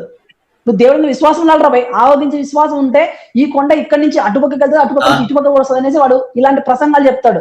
వాడు గుడ్డిగా ఉన్నా కూడా వాడు అటు మునిగినా కూడా వాడు విశ్రాము తాగినా కూడా ఏం కాదనేటువంటిది బోధనలు చెప్పేసి ప్రజల్ని గుడ్డిగా తీసుకెళ్తారు. అలాగా చాలా మంది ప్రాణాలు పోగొట్టుకున్న వాళ్ళు కూడా క్రైస్తవులు ఎక్కువగా ఉన్నారు. అవును సార్, ముందు వాళ్ళు బోధనకు ముందు మూడులుగా తయారు చేస్తారు. మూడులుగా తయారు చేస్తేనే వాళ్ళు ఎప్పటికీ మూఢభక్తి ఎక్కడైనా ఉందనంటే ఆ క్రైస్తవంలోనే ఈ పాస్టర్లు చెప్పడం ద్వారానే మూఢభక్తిలోకి వెళ్ళిపోతాం. ఇంకా లోతుగా చెప్పాలనంటే నాస్తికులు తయారు చేసే మతం ఏదంటే క్రైస్తవం అని చెప్తాను. నేనే చెప్తా వాళ్ళందరూ, ఎందుకంటే ఇది నా యొక్క పర్సనల్ గా నేనే చెప్తాను. ఎందుకనంటే వాడు హిందుత్వం నుంచి క్రైస్తవుకి వెళ్ళాడు అనుకో, వాడు దేవుని గురించి భక్తి భావజలం ఉన్నవాడే దేవుని గురించి వెతుకుతాడు. ఒక్కసారి పరిశీలన ప్రాక్టికల్ లైఫ్ లోకి వెళ్ళాడు అనుకో, ఒరే బాప్తిజం దొరికినాక నాకు యేసు కనపడలేదు, ఎవడు కనపడలేదు అని అనుకొని దేవుడు నాతో మాట్లాడేది అనుకున్నాడు వాడు నాస్తికుడు అయిపోతాడు. అట్లేగా నీకు హిందుత్వంలోకి రాడు, వాడు క్రిస్టియన్లోకి రాడు, తర్వాత జైలుకి ఏ మతంలోకి కూడా పోడు. పిచ్చి నాస్తికుడు అయిపోయేసి దేవుడు లేడు ఏమి లేడు అనేసి కామ్గా కూర్చొని ఉంటాడు. అంతెందుకంటే ఓపెన్ గా చెప్పాలంటే అండకుండా రాముడు ఆ విధంగా ఆలోచించాడు బాప్తిజం అయిపోయిన తర్వాత. మీకు ఎందుకు నేను చెప్తాను కదా, నేను కూడా అదే ఆలోచించిన. మీకు ఎవరి దగ్గరికి ఎందుకు నేనే చెప్తున్నా కదా. ఈ పిచ్చోళ్ళు చెప్పేటువంటి ఈ పిచ్చి పాస్టులు చెప్పే వాళ్ళని చూస్తే నాకు కోపం వస్తుంది. కానీ దేవుని దేవల శ్రీరాముడి దేవల ఎందుకో భక్తి భావం ఇంకా చావకుండా అలాగే ఉంది కాబట్టి ఈ ధర్మంపై ఇలా అవగాహన పెంచుకొని నేర్చుకుంటా ఇలా ముందుకు వెళ్తున్నాను కాబట్టి బతికి గట్టగడుతున్నా. కానీ లేకపోతే నాస్తికుడు అయ్యే ఛాన్సెస్ ఎక్కువగా ఉన్నాయి ఆ క్రైస్తవం వల్ల. నిజం చెప్తున్నాను. అలాంటి వాళ్ళని తయారు చేసేది క్రైస్తవమే. ఎందుకనంటే వాడు దేవుడి మీద మంచిగా ఉంటాడు. ఆ క్రైస్తవులు ఉన్నాక వాడు ఏదో చెప్తాడు. ఓ నీకు ఎక్కడ లేనటువంటి ఆ భూలోకము రంభా ఊరోసి మేరకు లేదంటే ఆ పరిశుద్ధాత్మ లేదంటే మరియాని అందరినీ తీసుకొని మొత్తం చూపిస్తాడు అనమాట. అక్కడ చూపించిన తర్వాత వానికి అది కనపడకపోతే వాడు చచ్చేవాడు.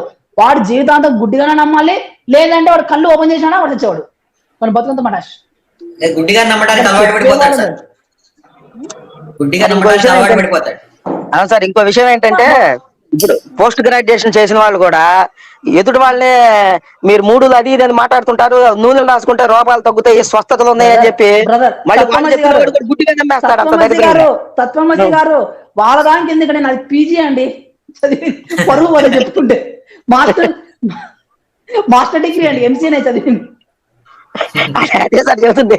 వాళ్ళు కూడా ఇప్పుడు మనతో ముందుగా వాటిస్తారా.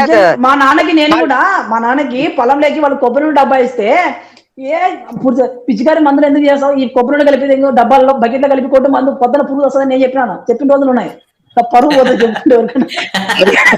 అది కాదు సార్, ఇప్పుడు 20 ఏళ్ళ నుంచి కాళ్ళు పడిపోయినాడు, కుర్చీలో దోసుకొచ్చి రాగానే కాళ్ళు పట్టుకోగా లేచి పరిగెత్తాడు. దాన్ని చూసి నమ్మి జరుగుతున్నాయని చెప్పి పరిగెత్తున్నారంటే మా నాన్నకి చనిపోక ముందు కూడా ఇది ఉండేదండి, పచ్చికొత్త వాయు వచ్చింది అనమాట. దాని పెరాలసిస్ అని అంటారు. ఈ కాళ్ళు చేతులు పడిపోయినాయి అనమాట. పడిపోతే మంచి సనాతన ధర్మంలో ఉన్నాడు. అయితే నేను అప్పుడు నేను ఇప్పుడు పాస్టర్లు చేసేది చూసి నవ్వుతున్నారు మీరు. అయితే ముందు అసలు నవ్వాల్సింది ఒకప్పుడు ఏసి చేసింది చూసి నవ్వాలి. ఇప్పుడు పాత నిబంధనలో లేనటువంటి కాదు, ఏవైతే పాత నిబంధనలో లేనటువంటి దెయ్యాలు, ఏది మోగ దెయ్యం, కుంటి దెయ్యం, చెవిటి దెయ్యం, ఇట్లాంటి దెయ్యాలు ఏవైతే ఉన్నాయో మీరు కాదు మీరు నిన్న చెప్పారు కదా. నిన్న ఈ పాయింట్ నేను కొద్దిగా క్యాచ్ చేయలేకపోయాను, చాలా కొద్దిగా డల్ గా ఉంది. ఈ మూగ దయ్యము, కుంటి దయ్యము, భూతుల దయ్యము, విగ్రహారం ఒక దయ్యమే, వీళ్ళ పేర్లు చెప్తుంటారు. అంకాలమ్మ, పోలేరమ్మ, తర్వాత శివుడు, రాముడు, ఇవన్నీ పేర్లు. నాగపాము అంటే నాగదేవత, ఎన్ని దయ్యాలు రాబాయి అని అంటాడు. ఎన్ని ఎప్పుడు బయటపడతాయి తెలుసా? ఫస్ట్ ఎవరికి బయటపడతాయి అంటే ఆడోళ్ళకి బయటపడతాయి ఇవన్నీ. మూగదయం ఏం చేస్తుంది అంటే ఇంక మాటలు రాకుండా చేస్తుంది. రాముడు గారు సార్ ఒక విషయం చెప్తాను. ఈ తమిళలో నా మాట కంప్లీట్ చేశాను, మీరు మాట్లాడుతారు. యాక్చువల్ గా ఇప్పుడు మన పాస్టర్లు చేసే ఈ మిరాకిల్స్, ఈ జిమ్మిక్కులు ఏదైతే చూసి కడుపుబ్బా నువ్వే వాళ్ళు ఉన్నారో, నిజానికి వీళ్ళందరికీ కూడా మాదిరి యేసు చేశాడండి ఇట్లాంటి జిమ్మిక్కులు అవన్నీ. నిజానికి పాత నిబంధనలు లేదంటే ఆ ప్రవక్తలు అని చెప్పేసి ఏదైతే అంటున్నారో పాత నిబంధనల వరకు వాళ్ళు ఎవరికి కూడా ఈ మూగ దెయ్యాలు, గుడ్డి దెయ్యాలు, చెవిటి దెయ్యాలు ఏం తెలియవండి. ఈ జిమ్మిక్కులు చేసింది యేసు బాబు. ఈ పాస్టర్లు ఇప్పుడు బెల్లంపల్లి ప్రవీణ్ ఏదైతే చేస్తున్నాడో ఆనాడు యేసు అది చేశాడు. అర్థమైందండి మీకు? అంటే మోసాలు చేయడము, జనాలను మభ్య పెట్టడం, మాయ చేయడం నేర్పింది యేసే మన పాస్టర్. అంటే సార్ ఇక్కడ కొంచెం పండరాజ్ గారు క్లారిటీగా చెప్పుకోవాలండి. అంటే బైబిల్ భాషలో చెప్పుకుంటే అందరికి అర్థమవుతుంది. ఎలాగంటే పాత నిబంధనలో దయ్యాలు పట్టి వదిలించిన ఎక్కడ కూడా పాత నిబంధనలో లేదండి. దయ్యం పట్టి వదిలించిన ప్రవక్తలు ఎవరు కూడా లేరు పాత నిబంధనలో. కొత్త నిబంధనలో మాత్రం మూగ దయ్యాలు, కుంటు దయ్యాలు కనపడతాయి. ఇదొక పాయింట్. రెండో పాయింట్ వచ్చి పరిశుద్ధాత్మ అనే పేరు పాత నిబంధనలో ఎక్కడా లేదు. దాన్ని కొత్త నిబంధనలో యాడ్ చేశారు. ఎందుకు? మరియమ్మ కడుపు చేయడానికి. ఈ రెండు క్లియర్ కట్ కనపడుతున్నాయి కదండి. జనాల్ని మోసం చేయడానికి ఈ రెండు జోడించిందని క్లియర్ అర్థమైపోతుంది జనాలకి. చాలు కదా, ఇంకేముంది దీంట్లో కావాల్సింది ఏముంది? ఇంకా దయ్యాల పాత నిబంధనలు లేవు, ఎవడికి పట్టినట్లేదు, వదిలించినట్లేదు. కాకపోతే ఒక సౌల్ అనేవాడు ఉంటాడండి, వాడికి యెహోవా వస్తాడు ఒంటి మీదకి. యెహోవా వచ్చి పోతూ ఉంటాడు అప్పుడప్పుడు, చుట్ట చూపు వచ్చినట్టు పోయినట్టు పోతుంటాడు. అక్కడ దుష్ట ఆత్మ వచ్చి సౌల్ ఒంటి మీద ఉంటుంది. అప్పుడు మన దావీదు గారు వీడియోలో ఏదో వైలిన వాయిస్తుంటాడు. ఆ సౌండ్ కి ఆ దయ్యం పారిపోతారు అనమాట, దుష్టాత్మ. అది ఒక్కటి ఉంటుందండి పాత నిబంధనలో. తీన్మార్ వాయిస్తాడండి. ఏం వాయిస్లో తెలియదండి. ఆ సౌండ్ గా దయ్యం పారిపోద్ది అనమాట, ఆ దుష్టాత్మ. అది కూడా ఎక్కడి నుంచి వస్తది? యెహోవా దగ్గర నుంచి వస్తుంది ఆ దుష్టాత్మ. అట్నుంచి ఇటు నుంచి కాదండి. యెహోవా వచ్చి వెళ్ళగానే ఈ దుష్టాత్మ కూడా వస్తుంది ఎమ్మటే, పక్కన యెహోవానే పంపిస్తాడు దాన్ని కూడా ఈ సౌండ్ మీద. ఈ గోపి గారు సంసోన్ అని ఉంటాడు కదా, శాంసన్ ఏదో ఉంటాడు కదా, వాడికి కూడా ఈ యెహోవా పూంతాడు కదండి. సౌలు సంసోన్ కూడా పూంతాడండి. వాడికి పూన్నప్పుడు వాడు కూడా ఇట్లానే అందరిని చంపేస్తాడు. వాడు భార్య బట్టలు తీసుకురమ్మని చెప్తే వాడు వెళ్ళి వాళ్ళని అందరిని చంపేసి వస్తాడు సార్. సంసోన్ కథలో కూడా మనకి యెహోవా పూంతుంటాడు అప్పుడప్పుడు. అంటే ఏదైనా గలీజ్ పని చేయాలంటే యెహోవా పూంతాడు. యెహోవా పూర్ణోడు గలీజ్ పని చేస్తుంటాడు. యెహోవా దయ్యమో మనిషో దేవుడో ఏమీ అర్థం కాదు సార్ చదివినవాడు. సార్ అది కాదు సార్, ఇది ఈ స్వస్థతలో ఎంత స్థాయికి దిగదారంటే ఈ తమిళ వాళ్ళది వీడియోలు ఉన్నాయి చూడండి సార్. జఫా మినిస్ట్రీస్ అని ఏదో ఉంది. వాళ్ళు ఎక్కడెక్కడ ఏ భాగంలో దయ్యం ఉంటే అని ఆ భాగంలో చేయబెట్టి ఈ భాగంలో ఉన్న దయ్యం వెళ్ళిపోగాక అని చెప్పి ఇట్లా లాగుతాడు. వాడు వీడియోలో ఏముందంటే వాడు ఫ్యాంట్ లోపల చేయబెట్టి ఆ పురుషాంగాన్ని పట్టుకొని ఈ భాగంలో ఉన్న దయ్యం వెళ్ళిపోగాక అని చెప్పి అది పెట్టుకుని అన్నీ ఉన్నాయి సార్. అది ఇది అని లేదు. జుట్టు సార్ ఇప్పుడు తల వెంట్రుక నుంచి కాలు బొటని వేలు దాకా శరీరంలో ఎన్ని అవయవాలు ఉన్నాయో అన్ని ఈ వెంట్రుకలు ఎక్కడ కావాలని అక్కడ పెరుగుతాయండి. యేసునామంలో ఆ వీడియో కూడా పెట్టాం మన ఛానల్లో. వాడికి జుట్టు ఊడిపోతుంటే వాళ్ళ పాత్రకు బట్టతలక వాడు యేసునామంలో ప్రార్థన చేయగా జుట్టు అంతా వచ్చేసినాడు తెల్లారేసరికి. అక్కడ సాక్షి అంటారు కదండి. ఇప్పుడు బట్టతలకి జుట్టు రామంటే అది రోగం కాదు కదా అది అని అంటారు. బొచ్చులో సాక్ష్యం అని చెప్పి మేము ఆ వీడియో కూడా పెట్టాం. అది మా యూట్యూబ్ ఛానల్లో ఉంది, బొచ్చులో సాక్ష్యం. దాని వరకు పర్లేదు సార్. అది ఫ్యాంట్లో చేపట్టుకొని క్యారెట్ పట్టుకొని పైకి లాగి ఈ స్థానంలో ఉన్న దయ్యం బయటపోగాక అని చెప్పి అవన్నీ ఉంటాయి సార్. అవన్నీ అసలు చెప్పాను కదా, తల వెంట్రుకల దగ్గర నుంచి కాలు బొట్టిన వేలు దాకా అన్ని అవయవాలు స్వస్థత చేసేది ఒక్క పాస్టర్లే. యేసు చేయలేని మెరాకిల్స్ కూడా మన పాస్టర్లు చేస్తున్నారు. యేసు అన్న ఏదో కళ్ళు తెప్పించాడు రాసి ఉంటుంది బైబుల్లో, కానీ వీళ్ళైతే అన్ని సైజులు కూడా పెంచేస్తారు. ఒక ఈ బెల్లంపల్లి ప్రవీణ్ కుమార్ గారు 150 కేజీలు ఉన్నామని ప్రార్థనతో ఒక్క రోజులో 130 కేజీలు తెచ్చి ఇచ్చేసాడు. ఆ వీడియో కూడా ఉంది యూట్యూబ్ లో. అవును సార్, అదిగా గ్లౌస్ లేకుండా అది ఎట్ట పట్టుకుని అర్థం కాలేదు సార్. అమ్మ నిజంగా యేసు ప్రభు గారికి ఇవన్నీ చూస్తే దీని అమ్మ నేను ఎందుకు పుట్టాను, ఈ స్వస్థతలు నేను ఎందుకు చేశాను, నాకెందుకు ఈ శిష్యులు అంతా అని చెప్పి పారిపోతారు భూమి మీద నుంచి ఆయన. అంత దరిద్రం చేశారు ఈ పాస్టర్లు అందరూ. ఇప్పుడు ఒక నిమిషం, క్రిస్టియానిటీ మీద వ్యతిరేకం ఎందుకు వస్తుందంటే పాస్టర్ల వల్లనే వస్తుందండి. యేసు వల్ల బైబిల్ వల్ల రావట్లేదండి నాకు తెలిసి. ఎందుకంటే ఈ పాస్టర్లు చేసి ఏదో పనికి బైబిల్ చదవాల్సి వస్తుందండి. లేకపోతే మనకేం పని అండి, బైబిల్ చదవాల్సిన అవసరం మనకేంటండి? ఇంకోటి కూడా సార్, అది వాళ్ళు మన ఇళ్ల దగ్గరికి వచ్చి విసిగించడం వల్ల కూడా చాలా కోపం వస్తుంది. తర్వాత ఇంకోటి ఏంటంటే వీళ్ళు మన దేవుళ్ళని తిట్టడం అనేది అసలు ఎవరు జీర్ణించుకోలేకుండా ఉన్నాం మనం హిందువులు అనే వాళ్ళు. ముఖ్యంగా వీళ్ళు మీ దేవుళ్ళు సైతాన్లు రాళ్ళు రప్పలంటే ఇక ఏవో పూనుతున్నాడు మనందరికి. అంతే కదండి. అసలు మనం ఎందుకు ఇలా తయారయ్యాం? కేవలం ఈ పాస్టర్లు చేసే పనుల వల్లే మనం తయారయ్యేలా 99%. కరెక్ట్ అండి. పాస్టర్లు చేసే పనికే మనం తయారయ్యాం సార్ ఇట్లా. లేకపోతే మీకు నాకు అవసరం ఉందండి బయటికి రావాల్సిన అవసరం? పాస్టర్ ఏం చేస్తున్నాడు? అన్ని తప్పుడు పనులు చేస్తా చేసి కూడా మన దేవుడిని దూషిస్తున్నాడు, హిందూ దేవుళ్ళని. అవును, మరి తప్పు కాదా అండి? వాడు చేస్తున్న తప్పు కాదా? వాడి వాక్యం వాడు చెప్పుకుంటే మనం ఎందుకు వెళ్తాం సార్ వాడి జోలి? అవునండి. వాడి వాక్యం వాడి చర్చిలో చెప్పుకుంటే మనకేం అవసరం సార్ మనం వాడిని తిడటానికి, వాడి బైబిల్ చదవటానికి? వీళ్ళు తప్పు నా కొడుకులు తప్పుడు పనులు చేయబట్టి మనం ఈ రోజు మాట్లాడాల్సి వస్తుంది, లేకపోతే మనకేం అవసరం? గోపి గారు స్క్రీన్ పైన కామెంట్ కనపడుతుంది, ఒకసారి చదవండి. అన్న శ్రీరాముడు is a man not God, please believe me that the lord and God of God I have prayer spiritual life అంట. ఈయన ఎవరో విజయ్ ఎర్రా గారు. రండి, మీరు ఆన్లైన్ లోకి రండి సార్, మాట్లాడదాం. బ్రదర్ ఎర్రబయ్య, ఇప్పుడు నువ్వు రాముడు మ్యాన్ ఆఫ్ గాడ్ అన్నావు. ఏసు ఎవడు చెప్పు నాయనా, ఏసు ఎవడు? రండి విజయ్ గారు ఒకసారి మాట్లాడదాం రండి సార్, మీ నాలెడ్జ్ కూడా చూద్దాం. రాండి బ్రదర్, నిజంగా నువ్వు నీ దేవుడు నిజ దేవుడు సత్య దేవుడు. విజయ్ గారికి లింక్ పెట్టి వస్తాడేమో మాట్లాడదాం. లింక్ పెట్టండి సార్. రాముడు గారు గాడ్ ఆఫ్ గాడ్ అడ్డగాడు ఏదో చూద్దాం, మ్యాన్ గాడ్ ఏదో చూద్దాం రా సార్. ఇక్కడ ఒక విషయం గమనించాలండి ఆశ్లేష గారు. ఇప్పుడు రాముడిని మనం దేవుడు కాదు మహాపురుషుడు అన్న రాముడు తీసుకెళ్లి మన నరకంలో వేయడండి. ఇది అందరికీ తెలిసిన సత్యం. కృష్ణుడు దేవుడు కాదని కృష్ణుడు తీసుకెళ్లి నరకంలో వేయడండి. అసలు దేవుడిని నమ్మినా నమ్మకపోయినా మనం గనక మంచిగా ఉండి అందరికి అన్నదానాలు చేసి పుణ్య కార్యక్రమాలు చేస్తుంటే ఖచ్చితంగా కూడా స్వర్గానికి వెళ్తాడండి. అసలు దేవుడు ఎవడో తెలియకపోయినా. అవునండి. ఇది కరెక్టా కాదా అండి? డూ గుడ్ బీ గుడ్ అనేది ఇదే sir, do good be good అంతే మొత్తం. కానీ ఇక్కడ బైబిల్ ప్రకారం నువ్వు ఎన్ని మంచి పనులు చేసినా సరే యేసుని నమ్మకపోతే మాత్రం నిత్య నరకం, అగ్నిగుండం. అగ్ని ఆరదు, పురుగు సావదు. సార్ ఎంత డిఫరెన్స్ ఉంది ఈ రెండింటికి వీళ్ళు చేసే తప్పుడు ప్రచారం. ఇప్పుడు ఈ రెండింటికి ఎంత డిఫరెన్స్ ఉందండి? నువ్వు మనిషి మంచిగా బతికినా, మనిషిని ప్రేమించరా అని చెప్పేది ఇది హిందూ ధర్మం. దేవుడిని ప్రేమించి దేవుడు మాత్రమే దేవుడు, వాడు నమ్మకపోతే నువ్వు చస్తావు అనేది శాడిజం, అది సైకోయిజం, అది సైకోయిజం. కాబట్టి దీనికి చర్చకు వచ్చేవాడంటే దయచేసి రండి, ఈ విషయం మీద కూడా చర్చ చేద్దాం అందరం. Okay sir. విజయ్ ఎర్ర గారు రండి సార్. కుదరదు. ఎవరైనా రాండి సార్. ఇప్పుడు మీరు ఎట్లా పరిచయం అవుతున్నారు కదా, కామెంట్లు ఎందుకు పెడుతున్నారు కదా, లైవ్ కి రాండి. ఊరికే కామెంట్లలో తొడలు కొట్టుకోవడము తర్వాత ఏంటి, అది బాగుండదు కదా. మీ దేవుడు నిజ దేవుడు కదా, మీరు నమ్మితే ఏమైనా చేస్తాడు. మీ దేవుడు నిజ దేవుడు, మీ దేవుడే దేవుడు నీతో మాట్లాడతారు కాబట్టి నీతోనే మాట్లాడతారు కదా. మళ్ళీ ఇప్పుడు గారు నేను చెప్తాను సార్, రాముడు దేవుడు కాదు మహాపురుషుడు అని చెప్తా.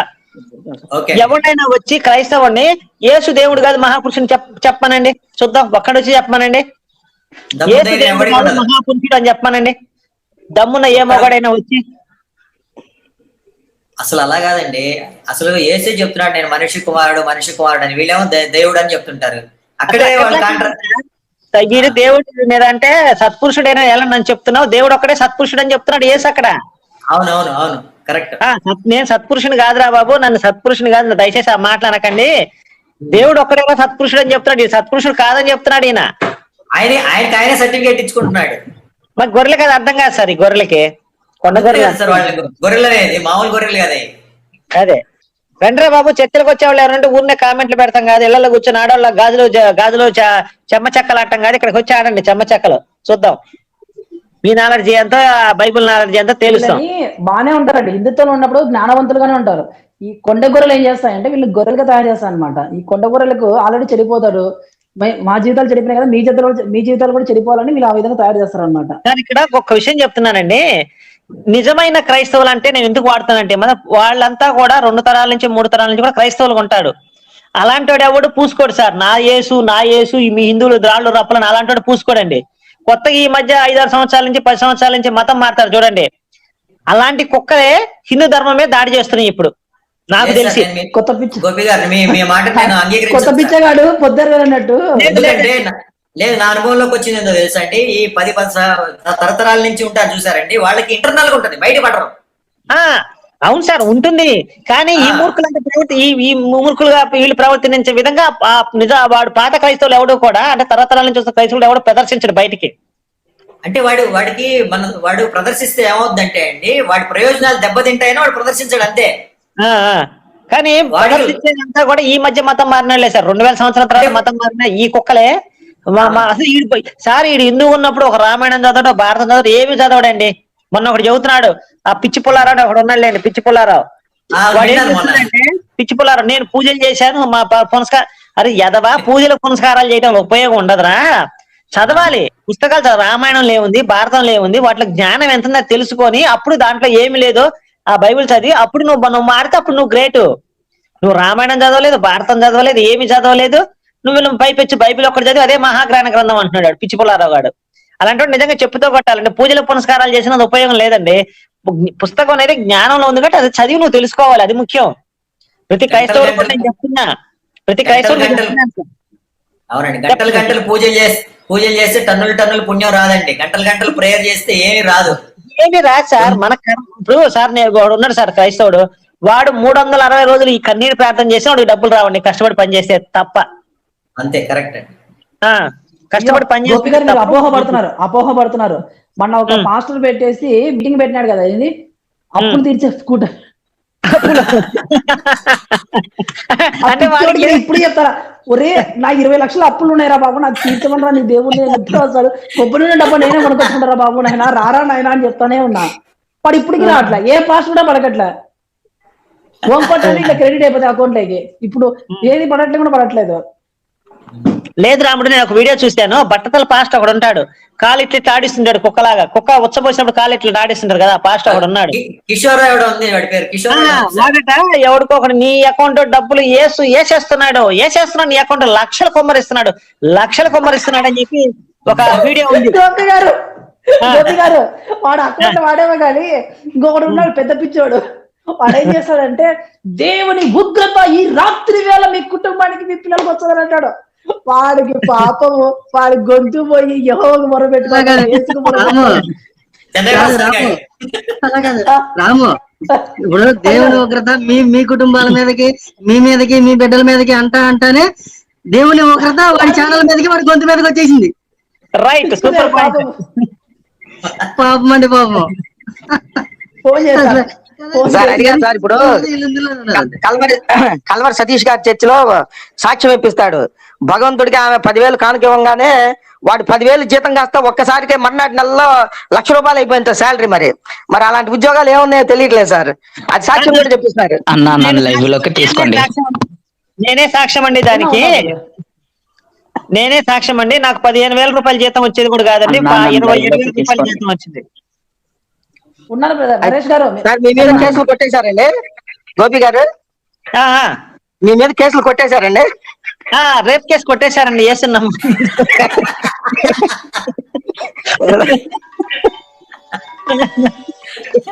కేసు కొట్టేసి ఇచ్చాడు. అన్నా జై శ్రీరామ్ అందరికి. చెప్పండి. చెప్పండి అన్నా జై శ్రీరామ్ అందరికి. వాయిస్ వినిపిస్తుందా? చెప్పండి.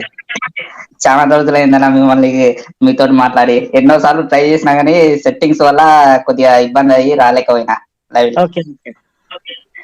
గుర్తుపట్టారా అన్న? నరేష్ గారు చెప్పండి. నేను గుర్తుపట్టాను. నరేష్ బాగున్నారా? ఓకే, బాగున్నారా? బాగున్నారా మీరు? మరి ఇంకెవరు తగలేదు మరి మీకు? మళ్ళీ రాలేదు నాకు ఆడియోలు? లేదన్నా, ఇంకా ఏం తగలలేదు. కొద్దిగా నేర్గీతంగా. సరే చెప్పండి నరేష్ గారు. లేదన్నా, నరేష్ గారు మాట్లాడండి. ఇవాళ సబ్జెక్ట్ ఏమి నేను చూడలేను. కాస్త నేను ఒక 5 minutes అలా ఉంటే నాకు గిట్టంగా అర్థం అవుతుంది కదా సబ్జెక్ట్ ఏంటనే. నేను ఇప్పుడే వచ్చాను. సబ్జెక్ట్ అయిపోయింది. జనరల్ టాక్ మాట్లాడుతున్నాము. కాలర్స్ ఎవరైనా వస్తే మాట్లాడడం అంతే, ఇంకేం లేదు. అన్నకొండ రాముడు గారు. పర్లేదు అంటే నేను చూడలేదు కదా, అలా అని చెప్పి నాకు ఏందో విషయం అనేది తెలియలేదు. బాప్టిజం తీసుకున్న తర్వాత పేరు ఎందుకు మారుస్తారండి? యేసుకి మార్చిన పేరేంటి? ఒక్క నిమిషం అండి. ఇప్పుడు ఈ పేరు మార్పు అనేది అయితే నాకైతే మార్చలేదండి. నేను కూడా మా పాస్టర్ని అడిగినాను. బాప్టిజం అయిపోతా. నేను చెప్తాను. చెప్పండి సార్. ఇప్పుడు యాక్చువల్ గా ఇప్పుడు ఈ యేసు పేరు ఏదైతే ఉందో ఇది ఒరిజినల్ పేరు కాదు అని చెప్పేసి మన పాస్టర్లు చెప్పున్నారు ఆల్రెడీ. సో దీని ప్రకారంగా ఆయన మెస్సయ్య అనుకుంటున్నాడు. చివరాఖరికి యేసు అని మార్చారు పేరు. అది ఎట్లా బాప్టిజం తీసుకున్న తర్వాత ఈయన కూడా పేరు మార్చారు అనమాట. అంటే ఎక్కడుందండి బైబిల్లో అట్లానే? అలానే లేదండి, పాప మీలే చెప్తా ఉంటారు. బైబిల్లో లేదండి, బైబిల్లో లేదు. యేసుకు పేరు మార్చినట్టు లేదు. ఓకే, అదే మరి అలాంటప్పుడు ఎందుకు మనకి మిగతా వాళ్ళ పేర్లు మారుస్తున్నారు? ఒకటి మార్చుకుంటారు, కొంతమంది ఉచ్చరించకూడదు. మరి మనం అందరం పెట్టుకునే వాళ్ళం కూడా దేవుళ్ళ పేర్లే కదండి అందరివి. అవునండి. అలాంటప్పుడు అన్ని దేవతల పేర్లు మీ నోట ఉచ్చరించకూడదు. కానీ ఇందులోకి మతం మారిన తర్వాత కూడా ఆ రిజర్వేషన్లు వాటిని అనుభవించడానికి, జనాలను మోసం చేయడానికి ఇంకా అదే పేర్లతో కంటిన్యూ అయ్యే కంత్రిగాలు చాలా మంది ఉన్నారు. మనం చాలా మందిని చూస్తూనే ఉన్నాం, మీకు అందరికీ తెలుసు.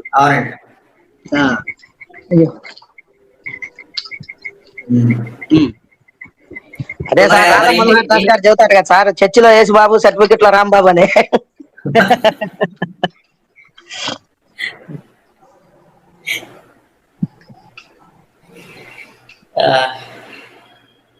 సరే, ఓకేనండి.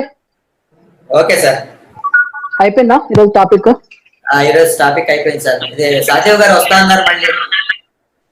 ఒక్క నిమిషం మాట్లాడండి. గోపి గారు సార్ చెప్పండి. ఏముంది సార్, ఇంకా టాపిక్ అయిపోయింది. చిన్న టాపిక్ ఇది. కాదు సార్, ఇంకా రేపు పొద్దున December 25th గురించి ఆ, ప్లస్ గుడ్ ఫ్రైడే గురించి కొంచెం చర్చ చేద్దాం సార్ రేపు. ఓకే అండి, అట్లానండి. హనుమాన ప్రసాద్ గారు వచ్చే అవకాశం ఉంది రేపు, దాని గురించి ఇంకా క్లారిటీ లేదు, రేపు దాని గురించి చర్చిద్దాం. రేపు 2 ఉన్నాయండి లైవ్ లో, 2 ఉంటాయి. ఒకటి ముదిగొండ శివప్రసాద్ గారు కూడా గురువు గారు వస్తున్నారు, అదొకటి మనకు కన్ఫర్మ్ కాలేదు ఇంకా. అమర ప్రసాద్ గారిని కూడా కనుక్కోవాలి. టాపిక్స్ ఏంటి సార్? చెప్తాను సార్. సార్, ఇప్పుడు కారు గెలుచుకునే అవకాశం కూడా ఉంది సార్ పాస్టర్లకి. బంపర్ ఆఫర్ ఉంటది ఒకటి, అనౌన్స్ చేద్దామండి. అది రేపు చెప్తామండి, రేపు బంపర్ ఆఫర్. ఎవరైనా కారు 4-wheeler లేకపోయినా, డబ్బులు లేకపోయినా కూడా వాళ్ళు గెలుచుకునే అవకాశం అన్నమాట. ఎవరైనా మనకు కాదు, క్రైస్తవులకి బంపర్ ఆఫర్. ఇప్పుడు నేను పాస్టర్ అవ్వలేనండి. అన్న ఒక 2 అవును సార్, కరోడ్పతి. అన్న ఒక 2 minutes మాట్లాడొచ్చా? చెప్పండి నరేష్ యాదవ్ గారు, మాట్లాడండి. అయితే నేను రీసెంట్ గా చూసిన కొద్దిగా సంఘటన ఏంటంటే, ఇప్పుడు కాలేజీలలో చదివే పిల్లలు ఉంటారు కదా, అయితే ఆ పిల్లలకు ఇట్లా వాళ్ళ ఫ్రెండ్స్ నుంచి క్రిస్టియానిటీ నుంచి చర్చిలకు తీసుకొని వెళ్ళి వాళ్ళని కొద్దిగా అట్రాక్ట్ చేసి వాళ్ళకు మన స్కూల్లో గానీ కాలేజీలో గానీ క్వశ్చన్స్ ఎలా ఇస్తారో అలా ఇచ్చి వాళ్ళని ప్రాపర్ గా ప్రిపరేషన్ చేస్తారు. వీళ్ళు యేసునే నమ్మాలి, మనం చెప్పిందే నమ్మాలి, ఇంకా వేరే ఏది నమ్మొద్దు అని చెప్పి వాళ్ళకు అదేదో మన స్కూల్లో ఎగ్జామ్ పెట్టినట్టు ఎగ్జామ్ పెట్టి వాళ్ళకి ప్రాపర్ గా మెంటల్ గా వాళ్ళకి ఎక్కిచ్చేస్తారు. అతను అలా ప్రాపర్ గా ఆ ఎగ్జామ్లలో అందులో పాస్ అయిందే కాక ప్లస్ ఇంకేంటంటే కొంతమందిని మారవడానికి ట్రై చేస్తూ ఉంటాడు. నేను చూశాను రీసెంట్ గా ఈ మధ్య మాకు సంబంధించిన నాకు మా ఫ్రెండ్ వాళ్ళ బ్రదరు, అతను ఎప్పుడు ఏదో ఒకటి రాస్తుంటారు. ఏం రాస్తున్నాడు ఇతను అని చెప్పి, అంటే మా ఇంట్లో ఎలా ఉంటానో అతని ఇంట్లో ఇతను అలా ఉంటాను. వెళ్ళి చూస్తే అంటే బైబుల్ గురించే క్వశ్చన్స్ ప్లస్ క్వశ్చన్స్ వాళ్ళు చెప్తారు, వీళ్ళు ఆన్సర్స్ వాళ్ళ ఫోన్ లో చెప్తే వీళ్ళు ఆన్సర్స్ రాస్తుంటారు. అదే ప్రాపర్ గా ఎట్లా ఒక కాలేజీలో ఒక లెసన్ ఎలా చెప్తారో ఆ విధంగా వీళ్ళ బ్రెయిన్ లో టోటల్ గా మెన్షన్ చేసి ఇచ్చి పెడుతున్నారు. ఓకే, ఇది కొత్తదేం కాదు సార్, ఇది పాతదే. అంటే నేను రీసెంట్ గా చూశాను, నాకు తెలియదు కదా. మీకు తెలియదు కానీ ఇది చాలా పాతదే. ఇదేమి పెద్ద ఇలాంటివి చాలా అవుతుంటాయిలేండి. ఇదే కాదు సార్, లైన్ లైట్ కూడా వెళ్తుంటాడు సార్. ఎందుకంటే నేను డిగ్రీ చదువుతున్నప్పుడు మా ఫ్రెండ్ ఉండేవాడు, అతను ఆదివారం వస్తే అంత ముందు క్రికెట్ ఆడటానికి వచ్చేవాడు, తర్వాత రావటం మానేశాడు. విషయం ఏంటో అని తెలిస్తే అక్కడ వెళ్తే అతను బాగా ఆడపిల్లలు పైకరిస్తున్నట్టే ఆదివారం అక్కడ వెళ్తే మొదలు పెట్టాడు. కొన్ని వారాలు గడవగానే అతను బ్యాప్టిజం తీసుకుంటే కానీ రావడానికి లేదన్నట్టే మానేశాడు.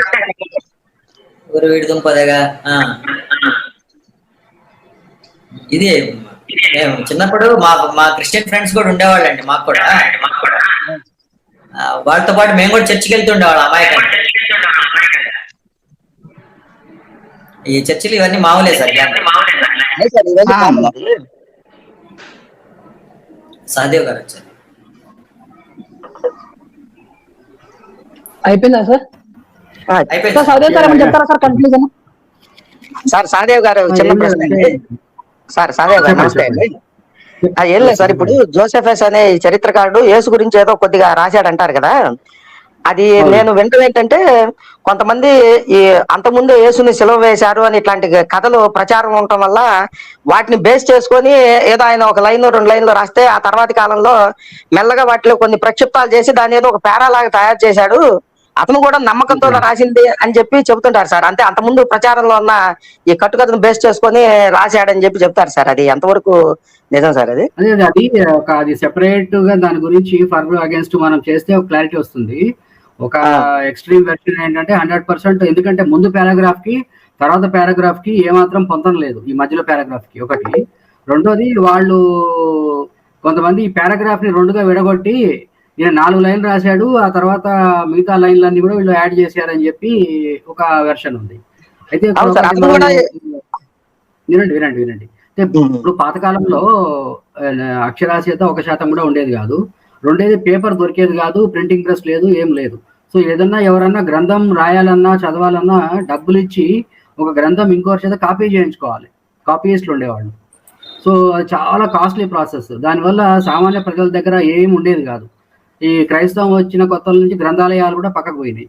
సో మొత్తము ఈ యొక్క మ్యానుస్క్రిప్ట్స్ హ్యాండ్ రిటర్న్, ఇప్పుడు అంత చేతితో రాసిన కాగితాలు ఉండేవి, అవి మార్చి రాయడము, కొన్నాళ్ళకి పాడైపోతే మళ్ళీ మార్చి రాసేవాళ్ళు. మార్చి రాసేటప్పుడు ఒక పొరపాటున ఒక లైన్ ఎగరగొట్టేవాళ్ళు, లేకపోతే కాపీ చేసేవాడు. చరిత్రకి ఎటరాతో నువ్వు చరిత్ర ఇది కాదు, జరిగింది ఇది అని రాసేస్తాడు, వాడికి దోచింది రాసేస్తాడు అక్కడ. సో అప్పుడు అది ఎప్పుడో ఈ పర్టికులర్ పారాగ్రాఫ్ విషయంలో ఏం జరిగిందంటే, ఫస్ట్ 300 సంవత్సరాలు ఈ పారాగ్రాఫ్ ఎక్కడ ప్రస్తావన లేదు. అయితే యేసుబిఎస్ అనేటువంటి ఒక చర్చ్ చరిత్రకారుడు దీన్ని మొట్టమొదటిసారి ఈ పారాగ్రాఫ్ గురించి కంటిన్యూగా చెప్పడం మొదలెట్టాడు. ఇక్కడ ఉంది, అప్పుడే 300 ఏళ్ల క్రితం రాసిన చరిత్రలో ఉంది చెప్పడం మొదలెట్టారు. విచిత్రం ఏంటంటే చాలా పెద్ద సబ్జెక్ట్ అది. ఒక్క పారాగ్రాఫ్ కొన్ని గంటలు డిస్కస్ చేయొచ్చు ఒక్క పారాగ్రాఫ్ మీద. ఉదాహరణకి ఈ ఫస్ట్ 300 సంవత్సరాల్లో ఈ జోసిఫస్ చరిత్ర గురించి చాలా మంది క్రైస్తవ పెద్దలు తమ గ్రంథాల్లో రాసుకున్నారు, రెఫరెన్స్ తీసుకుని ఫలానా రాశాడు అందువల్ల ఇట్లా జరిగింది. కానీ ఎవ్వరు కూడా ఈ పారాగ్రాఫ్ గురించి మాట్లాడలేదు ఒకటి. అలా చాలా, ఇప్పుడు ఫర్ ఎగ్జాంపుల్ భూకంపం వచ్చింది, 3 గంటలు గ్రహణం వచ్చింది ఆయనకి ఇది వేసినప్పుడు, సిలువ వేసినప్పుడు. ఆ తర్వాత ఇట్లా 500 మంది చచ్చిన వాళ్ళు బతికి నడిచారు. ఇవన్నీ సెన్సేషనల్ ఐటమ్స్ కదా, ఏ చరిత్రకారుడు మిస్ కాడు కదా ఇవన్నీ. 500 మంది చచ్చిన వాళ్ళు లేచి నడిచారు అంటే ఆ రోజుల్లో ఎంత సెన్సేషన్ అయి ఉంటుంది అది. చరిత్రకారులు ఎందుకు మిస్ అయ్యారు? సో ఇలా వినమంటే ఒకటి తర్వాత ఒకటి వస్తూనే ఉంటాయి. సో టాపిక్ బై టాపిక్ తీసుకుంటే దాని క్లారిటీ వస్తుంది. సమకాలీన చరిత్రకారులు కూడా ఎవరు రాయలేదని అంటారు సార్. అదే ఇదొకటి అదే చెప్పాను కదా, జోసిఫస్ లో ఒక పారాగ్రాఫ్ తప్ప there is no other historical proof of that day. తర్వాత ఉన్నాయి 120-130 సంవత్సరాల నుంచి మెల్లగా మొదలైంది, తర్వాత ముందు లేవు. సార్ ఇంకొక విషయం, అంటే మీకు ఐడియా ఉండే ఉంటుంది, ఇప్పుడు మైకేల్ ఆర్నిహామ్ అనే ఆయన ఈ క్రిస్టియానిటీ ట్రూ అనేటువంటి ఒక బుక్ రాశాడు. దానిలో యేసుకు సెలవు వేయబడినటువంటి రాజులు కానీ దానిలో ఉదహరించిన అన్ని కూడా లేవని చెప్పి ఆధారాలతో సహా అది నిరూపించాడు అంటున్నారు సార్. మీరు బుక్ ఏమన్నా మీకు ఐడియా ఉందా సార్? అది అవి చాలా ఉన్నాయండి. ఇప్పుడు books Jesus never existed on the historicity of Jesus అని, అంటే ఇందులో బుక్స్ ఎలా ఉంటాయంటే యూనివర్సిటీ ప్రొఫెసర్లు పిహెచ్డీలు రాసినవే ఉంటాయి. ఇప్పుడు ఈ స్టీవ్ మేసన్ గారు నేను కోట్ చేసినట్టు, ఇప్పుడు రిచర్డ్ క్యారియర్ ఒక పిహెచ్డి ఉన్నారు. ఆయన ఒక చాలా పుస్తకాలు రాశారు. ఆయన యేసుని టోటల్ గా అవుట్ రైట్ గా నో చెప్పే మనిషి. ఆయనవే ఒక్కొక్క పుస్తకం 600-700 పేజీలు ఉన్నాయి. అంటే చారిత్రాత్మక యేసు అని చెప్పేసి ఆయన ఒక బుక్ రాశారు. ఆ బుక్ 700 పేజీలు, అట్లా కొన్ని కుప్పలు ఉన్నాయి. బార్ట్ ఎయిర్మ్యాన్ అని, రిచర్డ్ క్యారియర్ అని, మెక్డొనాల్డ్, చాలా మంది రాశారు. మనం ఒక్కొక్క టాపిక్ తీసుకుని అందరూ ఏం చెప్పారో విశ్లేషణ చేస్తే మనకు ఒక ఐడియా వస్తుంది. కొంతమంది డబ్బులు ఉన్న వాళ్ళు సొంతంగా కూర్చుని ఫర్ అగేన్స్ట్ గా రాసిన వాళ్ళు ఉన్నారు, ఎలాంటి చారిత్రాత్మక లాజికల్ ప్రూఫ్ లేకుండా. అలాంటి పుస్తకాలు ఉన్నాయి, ఇవి కూడా ఉన్నాయి. సో హిస్టారికల్ గా ప్రూవ్ చేసేటువంటి పుస్తకాలు మనం ఫాలో అవ్వాలి. ఇతను కూడా రాసిన వాడు కూడా ఆయన హిస్టరీ ప్రొఫెసర్ సార్. ఆయన ఉంటాయి. ఇప్పుడు చెప్తున్నాం కదా, 10-15 మంది ఉన్నారు దీంట్లో లైన్ లో. మనం ఇవాళ జాన్ ద బ్యాప్టిస్ట్ కు ఒక సోర్స్ తీసుకున్నాము, రేపు జీసస్ యొక్క ఇంకొక స్ట్రీమ్ చేద్దాము, చిన్న స్ట్రీమ్ అది. యేసుని సిలువ వేసినాక ఆయన ఒక గుహలో ఉంటాడు, రాయిని దొల్లిస్తారు, ఆ తర్వాత కొంతమంది ఆడవాళ్ళు వెళ్తారు, అవన్నీ ఉన్నాయి కదా, ఆ సంఘటన ఉంది కదా. ఆ సంఘటన మీద ఒక చిన్న క్విజ్, అంటే క్వశ్చన్ ఆన్సర్ సెషన్ పెడదాం మనం. అంటే రాయి వెళ్ళినప్పుడు గుహ మూసిందా తెరిచిందా, మార్కులో ఏముంది, మత్తయిలో ఏముంది, లూకాలో ఏముంది? సహదేవ్ గారు, అరమతయి జోసెఫ్ అనేవాడు ఆల్రెడీ హ్యాంగ్ చేసే ఎగ్జిక్యూషనర్ ఉంటారు కదండి, ఆ దగ్గరికి వెళ్ళి ముందే చచ్చిపోయిన తర్వాత ఈ డెడ్ బాడీ నాకు కావాలని వాడికి డబ్బులు ఇస్తాడు. మత్తయి సువార్తలో ఉంటది ఇది. అరమతయి జోసెఫ్ అని ఒకడు ఉంటాడు. వినండి, జోసెఫ్ ఆఫ్ అరమాతియా అనే నగరము ఏ చరిత్రలోనూ లేదు. అది బైబుల్ సాహిత్యంలో సృష్టించిన మాయాపురి అది. అంటే ఇలా మనం బిట్లుగా డిస్కస్ చేస్తే జోకులుగా అనిపిస్తాయి, దానికి చాలా లోతైన కారణాలు ఉన్నాయి. అరమాతియా అనేటువంటి ఊరు, నగరము, గ్రామము అసలు లేనే లేదు ఎక్కడ. అంటే మత్తయి సువార్తలో మనకి రాసి ఉంటది సార్. మరి ఇది ఎంత చేద్దాం. ఇప్పుడు మీరు ఒకటి గుర్తుపెట్టుకోండి, మీరు సువార్తలను పట్టుకుని వేలాడితే ఇంకా అది మీకు ఎలాంటి పిక్చర్ రాదు. సరేనండి. ఓకే. సార్ ఇప్పుడు ఈజ్ క్రిస్టియానిటీ ట్రూ అని బుక్ రాసిన ఆయన కూడా బాగా నిష్ఠాగరిష్ఠుడైన క్రైస్తవుట సార్. ఆయన యేసు చారిత్ర పురుషుడు అని నిరూపించాలని బుక్ తయారు చేద్దామని చెప్పి పరిశోధన చేసేటప్పటికి ఇది ఫేక్ అని బయటపడిపోయి ఆయన పుస్తకం రాశాడని చెప్పి చెప్తారు సార్. అది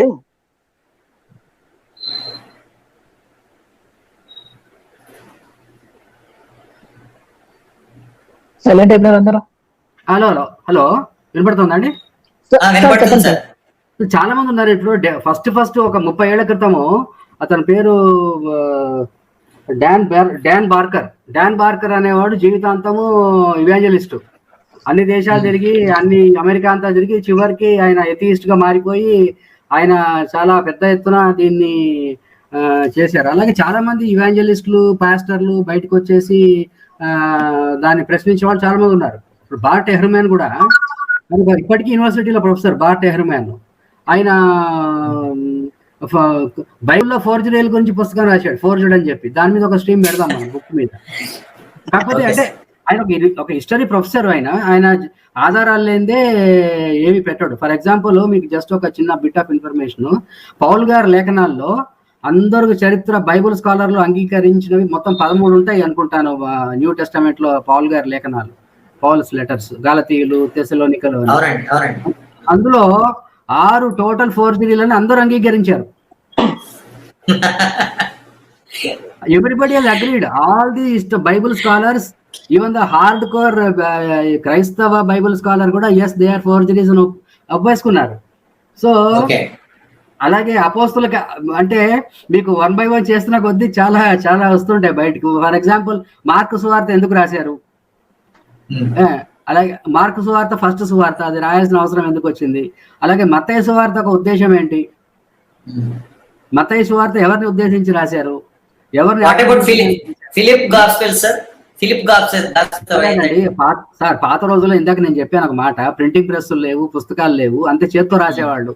సో ఏ బుక్ ఎవరు రాశాడో చెప్పండి. ఇప్పుడు మీరు రాసిన బుక్ ని నేను కాపీయిస్ట్ గా కాపీ చేసి ఇంకోరికి ఇస్తాను, హ్యాండ్ రైటింగ్ మారిపోతుంది. సో మీరు హ్యాండ్ రైటింగ్ ద్వారా ఇది ఆయన రాశాడని పాత రోజుల్లో ప్రూవ్ చేయలేరు మీరు. ఎందుకంటే ఒక పేపరు ఆ రోజుల్లో 40-50 ఏళ్ళని పొడి అయిపోయేది. మళ్ళీ దాన్ని ఇంకో పేపర్ మీద కాపీ చేసేవారు. కాపీ చేసేటప్పుడు ఒరిజినల్ రాసేవాడు ఉంటాడు, కాపీ చేసిన వాడు హ్యాండ్ రైటింగ్ వేరు ఉంటుంది.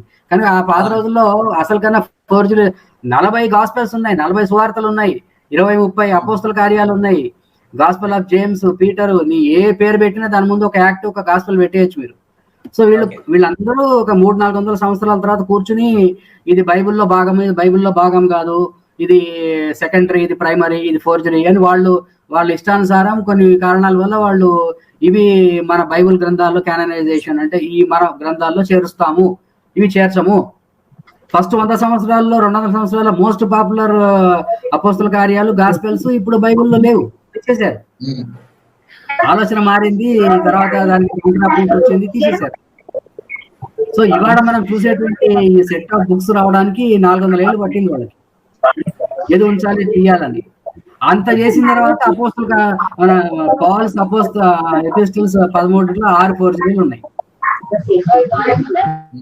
అలాగే మార్కు సువార్తలో చాప్టర్ 16లో verse number 8 to 20 subsequent addition అని ఒక అలిగేషన్ ఉంది. అది విషయం తాగితే ఏం కాదు, పాము గరిచిన ఏం కాదు అనే వాక్యాలు ఉంటాయి కదా. మార్క్ 16 నుంచి మార్క్ 16:8 to 20 అనుకుంటా. They are forgeries, later day additions. So ముందు ఫోర్జరీ అంటే ఏంటి? ఫోర్జరీ అంటే నిర్ధారించాలా. బార్ట్ ఎహ్రమాన్ గారు బుక్ చదివితే ఫోర్జరీ అంటే ఏంటి అసలు? అది 30 పేజీలు రాస్తాడు ఆయన. ఫోర్జరీ అంటే ఏంటి? ఇప్పుడు మీరు రాసిన బుక్ నేను కాపీ కొట్టి ఇంకోటికి అమ్మానండి, అది ఫోర్జరీయా? అంటే చేతిరాత. ఆ రోజుల్లో ప్రింటింగ్ ప్రెస్ లేదు. వస్తుందా వాయిస్? సో ఫోర్జరీ అంటే ఏంటి? ఇప్పుడు పౌల్ గారు రాసిన లెటర్ 40 ఏళ్ళకి పొడి అయిపోయింది, దాన్ని ఇంకోరు కాపీ కొట్టి as it is true copy చేసి పెట్టారు. ఇది పౌల్ గారు హ్యాండ్ రైటింగ్ కాదు, ఫోర్జరీ అని చెప్పలేం కదా. సో ఇవాళ మనకు ఉన్నటువంటి ఫోర్జరీ డెఫినేషన్ వేరు, ఆ రోజుల్లో ఉన్న ఫోర్జరీ డెఫినేషన్ వేరు.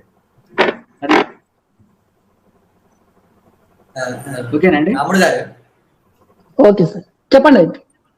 అదే సార్. కామెంట్స్ లో వాడు జేమ్స్ బాండ్ 001 అని ఉంటున్నాడు, వాడికి ఒకసారి పెట్టండి లైవ్ లోకి రమ్మని. వాళ్ళు రారులేండి, అతను రాడు. ఓకే. ఏం లేదు సార్, అతను రోజు తొళ్ళ కొట్టుకుంటుంటాడు అతను. అది మామూలు, అతను తొళ్ళ కొడతాడు, లేకపోతే పక్కన కామెంట్ పెట్టాడు అరే ఒరే అని చెప్పి వాడు చండాలంగా మాట్లాడుతుంటాడు. కానీ లైవ్ లోకి వచ్చి దమ్ము లేడు వాడికి, పేరు పెట్టుకునే దమ్ము కూడా లేదు వాడికి. మరీ ఎక్కువ కొట్టుకోవద్దని చెప్పండి, మధ్యలో ఏమన్నా తత్వమసి గారు, అయితే కొంచెం మళ్ళీ మీరు. చెప్తారని చెప్పండి. రాజు గారు చెప్పండి సార్. కాదండి, జై శ్రీరామ్. జై జై శ్రీరామ్, జై శ్రీరామ్. శ్రీరామ్. సార్ అదే ఈరోజు బాప్టిజం గురించే కదా సార్? అవునండి. సార్ రాజు గారు మీకు ఇవ్వలేదు ఇంకా? నాకు బాప్టిజం ఇవ్వకే కదా సార్ నా ఏడుపు. అలా కాదండి, ఇప్పుడు నాకు భారతదేశంలో బాప్టిజం తీసుకునే హక్కు లేదా అండి? ఎందుకు లేదండి, బ్రహ్మాండంగా ఉందండి. మరి ఉంటే నాకెందుకు బాప్టిజం ఉంటుంది పాస్టర్లు? ఇప్పుడు ఈరోజు ఎక్కడ రేపు జరిగింది కర్నూలులో. అవునండి, ప్రసన్న బాబు అని. మేము అలా రేపు ఎల్లుండి చేయమండి. రాజుగారు నన్ను అయ్యా, అయ్యా. ఏమంటారా దీనికి సమాధానం? చెప్పండి సార్, చెప్పండి సార్. ఇప్పుడు పాస్టర్లు బాప్తిస్మం ఇస్తున్నప్పుడు ఏమి మాట్లాడకుండా అన్ని మూసుకొని తీసుకుంటే వెంటనే ఇచ్చేస్తారు. మరి 420 ప్రశ్నలు ఉన్నాయి, సమాధానం చెప్పండి అంటే ఆడి కిందే నిప్పెడతాను, ఆడనే వచ్చి నీళ్ళు పోయమంటే ఎట్ట కుదురుతుందండి? అలాగే మీకు బాప్తిజం ఇవ్వడానికి కారణం అదే. అంటే ఇప్పుడు బాప్టిజం అంటే ప్రశ్నించకూడదు, ప్రశ్నించకూడదు. ఇప్పుడు మాస్టర్ ఒక గుడ్డోడు అండి, వాడు మీ చేయి పట్టుకుని గుడ్డిగా లాక్కెళ్ళిపోతున్నాడు. మీరేం చేయాలి? కళ్ళు తెరుచుకొని వెళ్ళకూడదు, కళ్ళు మూసుకొని గుడ్డిగా వెళ్ళిపోవాలి. ఆడు ఏ గోతులో తీసుకెళ్ళి పడితే ఆ గోతులో పడిపోవాలి. అప్పుడు మీకు బాప్తిస్మం ఇస్తారు. ఇదే విషయం. రైట్, అదేనండి. కలవడి సతీష్ వాళ్ళకి ఫోన్ చేసినా కూడా అసలు ఏం తెలుసుకోకుండా వెళ్ళిపోవాలంట. వాడు ఒక వేస్ట్ కాడండి, వాడు డ్రామాలు వేయించి కాదండి. నంబూరులో పెద్ద చర్చి కట్టాడు శుభ్రంగా, జనాలను దోచి.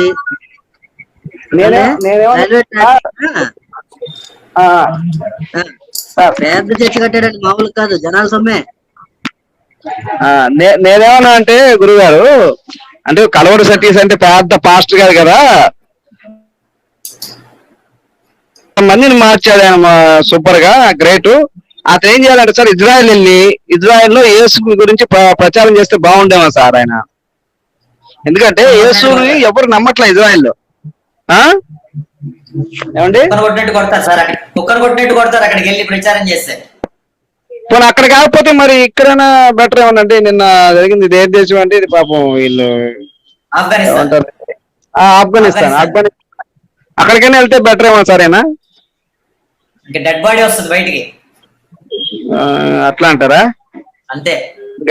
అయితే కష్టం అండి. మరి ఇక్కడ ఎందుకని వీళ్ళు ప్రచారం అంటే హిందువులు ఏమి ప్రశ్నించరు, వీళ్ళు అమాయకులు. కాబట్టి దశభాగాలు బాగా తప్పొచ్చు, అవసరమైతే 20% తప్పొచ్చు.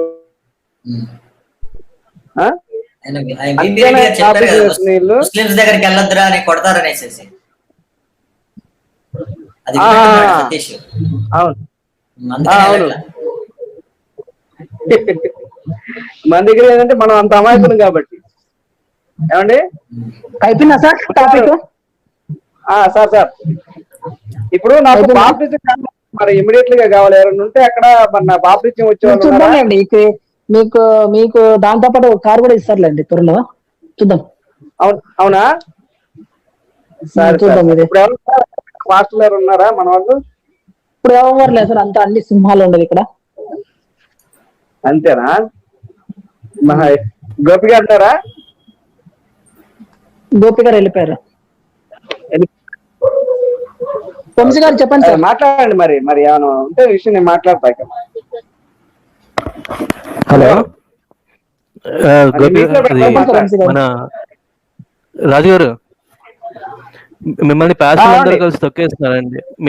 మీ దశంభాగాలు మీరు వాళ్ళ నుంచి దశంభాగాలు దొబ్బేస్తారని చెప్పి వాళ్ళందరూ మిమ్మల్ని తొక్కేయడానికి ట్రై చేస్తున్నారు. మీరు మటుకు పట్టు వదలకూడదు అసలు.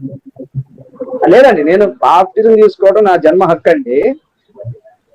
వాళ్ళు నాకు బాప్టిజం ఇచ్చిన దాకా నేను వాళ్ళని వదలనండి. ఈ పాస్టర్ జానబాబు కానివ్వండి, పాస్టర్ జాన్ పాల్ కానివ్వండి, సాంబశివరావు కానివ్వండి, ఇకపోతే ఎబినేజర్ పాస్టర్ కానివ్వండి, ఆడెవరున్నారు, ఇతను ఎవరు జాన్ లింగమా, సత్యసువార్త రాజు సత్యసువార్త రాజు నా ఫోన్ ఎత్తట్లేదు సార్, పాపం ఫోన్ ఎత్తట్లేదు సార్. మరి ఏం జరిగిందో అర్థం కావట్లేదు. చెప్పడేమో అవసరం అయితే మిగతా వాళ్ళు ఆపి ఫస్ట్ మిమ్మల్ని చెప్పండి, ఎందుకంటే మీ కళలు కూడా వస్తున్నాయి ఆల్రెడీ. అవును సార్, ఏసు నుంచి ప్రెషర్ కూడా ఉంది. నేను ఎంత అడిగినా కూడా నాకు బాప్టిజం ఇవ్వట్లేదు సార్, నా బాధ అదే కదా సార్. అయిపోయినా సార్ రాజు గారు, వాళ్ళకి ఏసు అనవసరం అండి. మీ కళలో వస్తున్నాడన్నా కూడా ఏసు అనవసరం వాళ్ళకి కావాల్సిన దశంభాగాలు డబ్బులు అంతే.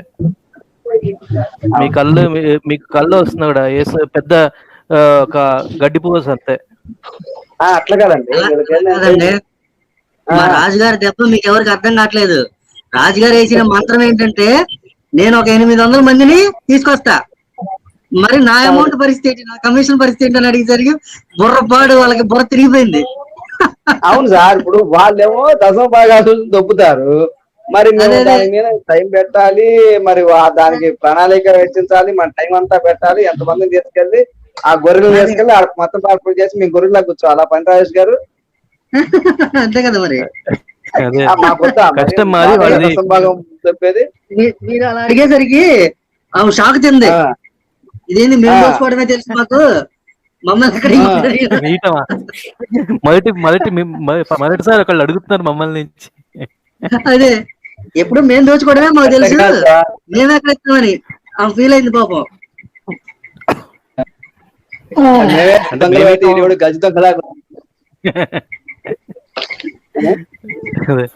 ఇంకోటి అండి, పెట్టారా సార్ యూట్యూబ్ ఎల్ఐసి ఏజెంట్ అని చెప్పి కూడా ఒకసారి ఫోన్ చేయండి సార్. ఎందుకంటే మెడికల్ రికార్డ్స్ ఉన్నాయి నా దగ్గర చాలా. ఎల్ఐసి ఏజెంట్ అని చెప్పేసి ఫోన్ చేయండి. ఒక 10 వాళ్ళు ఏంటంటే ఆ మెడికల్ రికార్డ్స్ చూస్తే మీకు అది ఉంది ఇది ఉంది అని చెప్పేసి చెప్తారు. బేసిక్ గా ఏది చూసారు సాక్ష్యాల కింద దొంగ సాక్ష్యాలు. అప్పుడు ఒకసారి నా దగ్గర ఇన్ని రికార్డ్స్ ఉన్నాయి, ఎంతగా ఇస్తారు, ఇన్ని మెడికల్ రికార్డ్స్ ఉన్నాయి నాకు, నేను ఒక ఇన్సూరెన్స్ ఏజెంట్ ని, నా దగ్గర ఇన్ని మెడికల్ రికార్డ్స్ ఉన్నాయి, నాకు ఎలా వచ్చిందని అడగండి. ఏవైతే ఇన్సూరెన్స్ సాటిస్ఫై అవ్వలేదో ఇప్పుడు ఇన్సూరెన్స్ మెడికల్ చెకప్స్ చేస్తారు, మెడికల్ చెకప్స్ చేస్తారు. రాజేష్ గారు పెట్టారండి యూట్యూబ్ లో అది ఏదండి సార్? రాజు గారు అవన్నీ మన ఫోన్ లో మాట్లాడుకుందాం సార్. ఏంటి సార్ ఇది లైవ్ లో మాట్లాడుతుంది ఏంటి సార్ ఇవన్నీ? సారీ, ఇది కరెక్ట్ కాదు, వదిలేండి. ఓకే దానికి పెట్టాను. ఓకే మాట్లాడండి. ఓకే సార్, నేను కట్ చేస్తున్నాను. వంశీలో మీరు ఏమైనా చెప్పండి, చెప్పండి. అంతే అండి, అయిపోయింది. వాళ్ళకి రాజుగారితో మాట్లాడుకున్నా, సంతోషంగా పడుకోవచ్చు ఇంకా. Okay done. ఓకేనండి, చాలా సంతోషము ఈ లైవ్ కార్యక్రమం ఇచ్చేసిన ప్రతి ఒక్కరికి కూడా. అలాగే నిన్నటి రోజున నేను చెప్పిన విధంగా అసలు మీకు ఎవరికైనా ఈ మేము చేసే లైవ్ కార్యక్రమం ఉపయోగపడుతున్నాయా లేదంటే టైం పాస్ అవుతుందా అనేటువంటి నిన్న చెప్పడం జరిగింది. చాలా మంది నిన్న ఈ రోజు ఉదయం మార్నింగే 8 o'clock అనుకుంటా, అప్పటికి నేను ఇద్దరు కూడా లేవలేదు, ఒక ప్రసన్న కుమార్ గారు అని హైదరాబాద్ పొద్దుటూరు నుంచి ఫోన్ చేశారు, కడప జిల్లా. అన్న మీరు చేసే లైవ్ కార్యక్రమాలు చాలా ఉపయోగకరంగా ఉన్నాయన్న, మాకు ఒక 20 కుటుంబాలని నేను సిద్ధపరుస్తున్నాను గర్వాపసిగా అనేటువంటి మనకు చెప్పడం జరిగింది. ఆయన లైవ్ కూడా వచ్చి చెప్తా అని చెప్పారు. ఓకే, అట్లా రియల్ గా వాళ్ళు మార్పు వస్తుందంటే నేను సంతోషం, అంతకన్నా నాకు ఇంకా ఏమీ నేను మీ దగ్గర నుంచి ఆశించను. సో ఇలాంటివి కావాలి. ఇంకొక అయితే ఆయన నన్ను మెప్పించడానికి చెప్పాడో లేదంటే రియల్ గా మార్పు వస్తుందని చెప్పాడో నాకు తెలియదు. ఆ ప్రసన్న కుమార్ లైవ్ లోకి వచ్చి చెప్పేంత వరకు నాకైతే అనిపించట్లేదు. సరే చూద్దామండి, ఎందుకంటే రియల్ గా వాళ్ళు మనకి లైవ్ లోకి మనం రెగ్యులర్ గా లైవ్ చేస్తున్నాము, ఇలాంటి విషయాలు మనకి లైవ్ కార్యక్రమం వచ్చేసి మన అవకాశం ఇస్తున్నాను. ప్రతి ఒక్కరు కూడా మీరు మీ అనుభవాలు పంచుకోండి, లైవ్ కార్యక్రమం ఎలా ఉన్నాయి, మనం చేసే కార్యక్రమాలు కానీ ఆ సబ్జెక్ట్ లో మీరు మాట్లాడడానికి ముందుకు రాని ప్రతి ఒక్కరు కూడా మనం పిలుపు ఇస్తూనే ఉన్నాము. వస్తారు కానీ ఎవరు ఆ సబ్జెక్ట్ మీద మాట్లాడుకోకుండా వేవో వాళ్ళకు ఉన్నటువంటి అనుమానాలు పెట్టి, మీకు గొప్ప అవకాశం ఏంటంటే ఈ శ్రీరామరాజ్యము ధర్మపాఠంలో ప్రతి ఒక్క రోజు లైవ్ కార్యక్రమం జరుగుతున్నాయి. ఇది ఒక మా కర్తవ్యంగా బాధ్యతగా పెట్టుకొని డైలీ ప్రోగ్రామ్స్ అనేవి చేస్తున్నాం. రెగ్యులర్ ఏ పర్సనల్ వర్క్లు ఉన్నా కూడా పోస్ట్ పోన్ చేసుకుని రెగ్యులర్ గా ఎన్ని రోజులు అయితే అన్ని రోజులు రెగ్యులర్ గా చేయాలనేసి డిసైడ్ అయిపోయినా. ఏ కార్యక్రమం ఉన్నా కూడా 8 before చేసుకుంటాను అనేది నేను డిసైడ్ అయిపోయి అలా ఉన్నాను. అయితే దానికి మీరు ఒక రోజు ఈ రోజు మాట్లాడలేదు, రేపు మాట్లాడండి. మీ మనసులో ఉన్నటువంటి టాపిక్ ముందు వచ్చే రోజు వెయిట్ చేయండి. ఆ ప్రస్తుత టాపిక్ పైన మీరు సిద్ధపడండి అంటే ప్రిపేర్ అయ్యేసి ముందుకు రండి. మళ్ళీ సిద్ధపడి అంటే మీకు మళ్ళీ క్రిస్టియన్ పదాలు వస్తున్నాయి, ఇలాంటి గుర్తుకుంటాయి కానీ అసలు మనం ఏం మాట్లాడాలి అనేటువంటిది గుర్తుగా రావు. ఇంకొక విషయం ఏంటంటే, నేను ఈ రోజు కమ్యూనిటీ పోస్ట్ లో 2 సర్వేలు పెట్టాను తోళ్ళు. అది మీకు యథార్థంగా పెట్టమని, అంటే మీకు మనసులలో ఏం అనిపించిందో అదే పెట్టమని నేను పెట్టాను. దాంట్లో కొన్ని ఆప్షన్లు ఇచ్చాను, కొన్ని ఆప్షన్ లేనట్టు కూడా మీరు కామెంట్ రూపంలో తెలియజేయచ్చు. నేను వాటికి కొంతమందికి రిప్లై ఇచ్చాను ఓపుకున్నంత వరకు. కొన్ని కామెంట్ ఓట్లు కూడా చాలా మంది చేశారు. ఒక్కొక్క పోల్కి వచ్చేసి 800, 900, ఈ రోజు రాత్రి కూడా 1000 దాటిపోతాయని అనుకున్నా. ఒక్కొక్క పోల్కి 2 పోల్స్ అనేది నేను ఒపీనియన్ పోల్స్ అనేది తీసుకోవడం జరిగింది. ఎందుకు ఆ ఒపీనియన్ పోల్స్ అని అంటే, అసలు మీరు ఏమనుకుంటున్నారు, అసలు అండకొండ రాముడు అంటే ఏంటి, మీకు ఏమనిపిస్తుంది అనేది మీ అభిప్రాయం చెప్పడానికి ఆ ఒపీనియన్ అనేది ఇవ్వండి. అసలు లైవ్ ప్రోగ్రామ్స్ అనేటువంటి మీకు ఏ విధంగా ఉపయోగపడుతున్నాయి, అసలు మీ ఒపీనియన్ ఏంటి.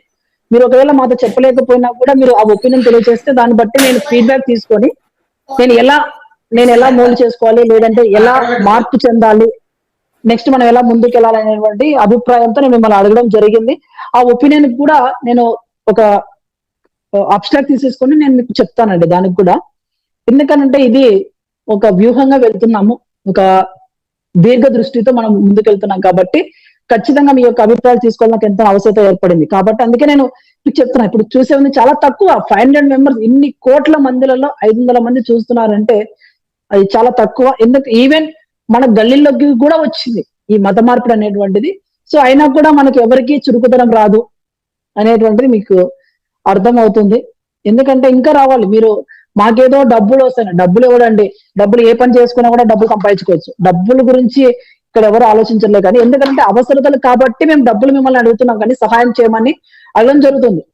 అది కూడా కేవలము నాకేదో సొంత ఖర్చులు పెట్టుకోవడానికి అసలుగా కాదండి. చాలా రిక్వైర్మెంట్ ఉంది కూడా, ఇప్పటికీ ఉంది రిక్వైర్మెంట్. వాటిని నేను ప్రతి ఒక్కటి కూడా ఫుల్ఫిల్ చేసుకొని ది బెస్ట్ వే వెళ్ళడానికే చేస్తున్నాను. ఇంకొక అతను కామెంట్ లో కూడా మంచిగా పెట్టాడు, అలా నీకు హిందూ బంధువులు అందరికీ జై శ్రీరామ్, హిందూ బంధువులేరా, ఆ ఒక్క మాట అతను గుర్తుపెట్టాడు. అంటే అతని మైండ్ సెట్ లో గుర్తుండిపోయింది. అంటే హిందూ బంధువులందరికీ జై శ్రీరామ్ అంటే అది కూడా మంచి. అంటే నన్ను అదొక్కటే గమనించాడు అతను. అంటే నీకు సబ్జెక్ట్ తెలియదు, సరే అతని లెవెల్కి రీచ్ అవ్వలేకపోయానేమో, ఎనివే అది కూడా మనం పాజిటివ్ గా తీసుకోవాలి. ఎందుకంటే రియాలిటీ అనేటువంటి నేను ఫీడ్బ్యాక్ అడిగాను కాబట్టి అతను ఓపెన్ గా చాలా మంది చెప్పారు. ఈ పగడి గురించి కూడా చాలా మంది అతను చెప్పారు. అతనికి మన 3 మేకులు 2 చెక్కలు ఒక గోచి అన్నట్టు ఆయన బలిచ్చాడు కామెంట్ కూడా. సో ఇది ఓవరాల్ గా చూసినప్పుడు అయితే ఇంకొకటి ఏంటంటే, ప్రతి ఒక్కరు కూడా నేను ఎప్పుడు కూడా చెప్తాను, అంటే మనం పోయినటువంటి లైవ్ కార్యక్రమాలు చాలా స్ట్రిక్ట్ గా ఉంటాయి. ఇంకా అంటే టైం మేనేజ్మెంట్ ఉంటుంది, అంటే టైం పీరియడ్ ఉంటుంది, రూల్స్ రెగ్యులేషన్స్ కూడా ఉంటాయి భవిష్యత్తులో. తర్వాత మీరు ఆ సబ్జెక్ట్ గా స్ట్రిక్ట్ అయి మాట్లాడాలి, ఇంకా పక్కకు వెళ్ళడానికి ఉండదు. ఇవన్నీ 1 by 1 మనము పోను లైవ్ కార్యక్రమం మనం చేసుకుంటూనే ఉంటాము.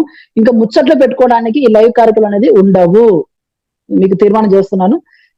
ఈ విషయాన్ని గమనించండి. ఎందుకంటే మీరు ఆల్రెడీ ఇన్ని వీడియో లైవ్ కార్యక్రమం చూస్తున్నారు కాబట్టి మీకు ఇన్ని తెలుస్తున్నాయి కాబట్టి నెక్స్ట్ కూడా మీరు కూడా ప్రిపేర్ అవ్వాలి. మన ప్రేక్షకులు కూడా ప్రిపేర్ అయ్యేసి మీరు కూడా ఆ సబ్జెక్ట్ మాట్లాడడానికి మీకు గొప్ప అవకాశం.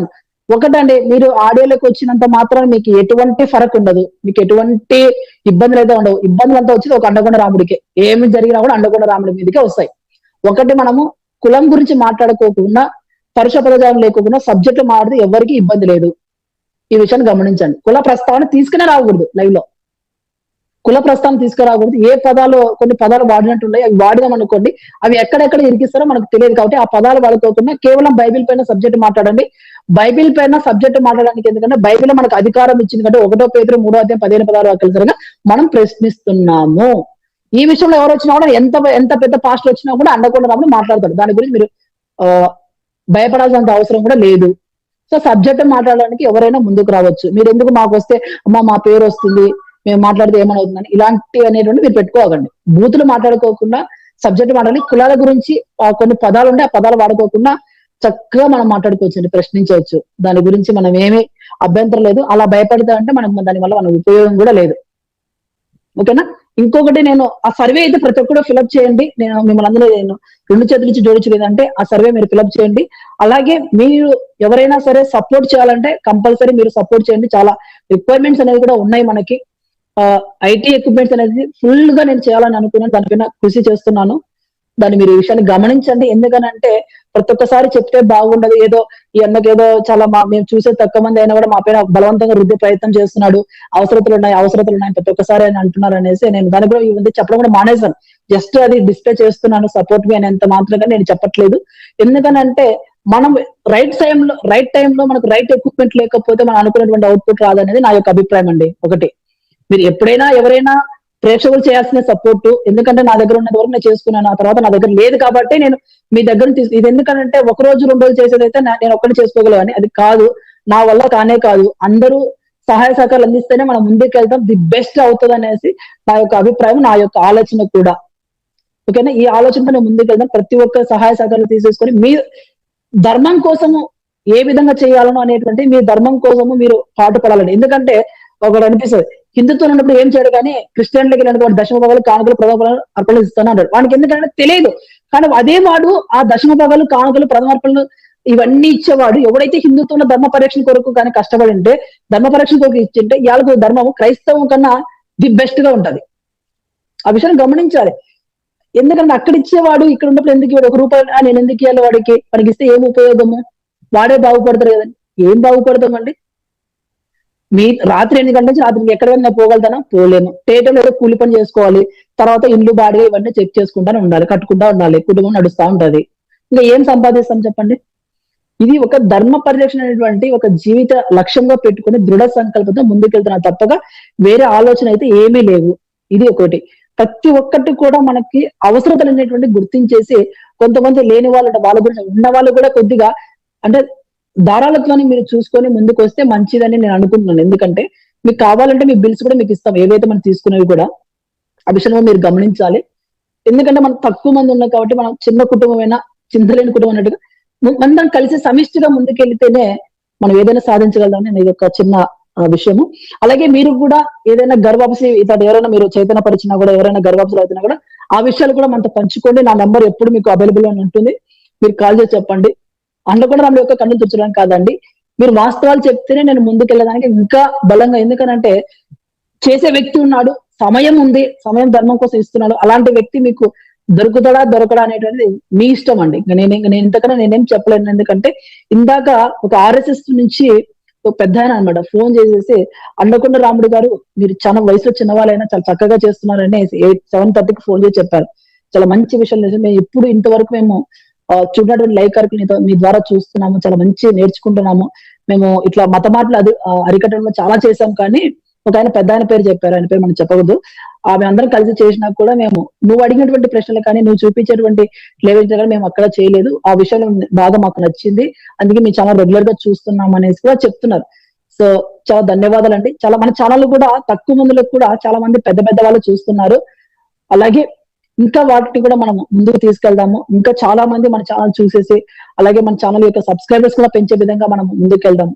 ఎందుకంటే ఇదే ధ్యేయంగా ధర్మం కోసం మనం ముందుకు పాటుపడుతున్నప్పుడు ఏ రోజు చెప్పలేం కదండి, మనం ఏ స్థాయికి వెళ్తామని కూడా తెలియదు. మనం అనేటువంటి దృఢ సంకల్పం లేకపోతే మనం ఏమీ సాధించలేం అనేది నా యొక్క లక్ష్యం అండి. ఎందుకంటే మనం ముందుకు వెళ్ళాలి, బలమైనటువంటి సంకల్పంతో ముందుకెళ్తే మనకు విజయాలు అనేటువంటి తోడ్పడతాయి. సో మనం ఈ రాకాసిని శత్రువుని మనం ఎప్పుడైనా జయించగలుగుతాం. ఏ ఆయుధం లేకుండా శత్రువుని జయించాలంటే మన వల్ల కానే కాదు. శత్రువు అనేటువంటి వాడు చాలా బలంగా ఉన్నాడు కాబట్టి ఆ బలవంతుని మనము కొట్టడానికి ఖచ్చితంగా మన బలమైనటువంటి ఆయుధాలు అనేవి మన దగ్గర ఉండాలి, తీరాల్సింది కంపల్సరీ.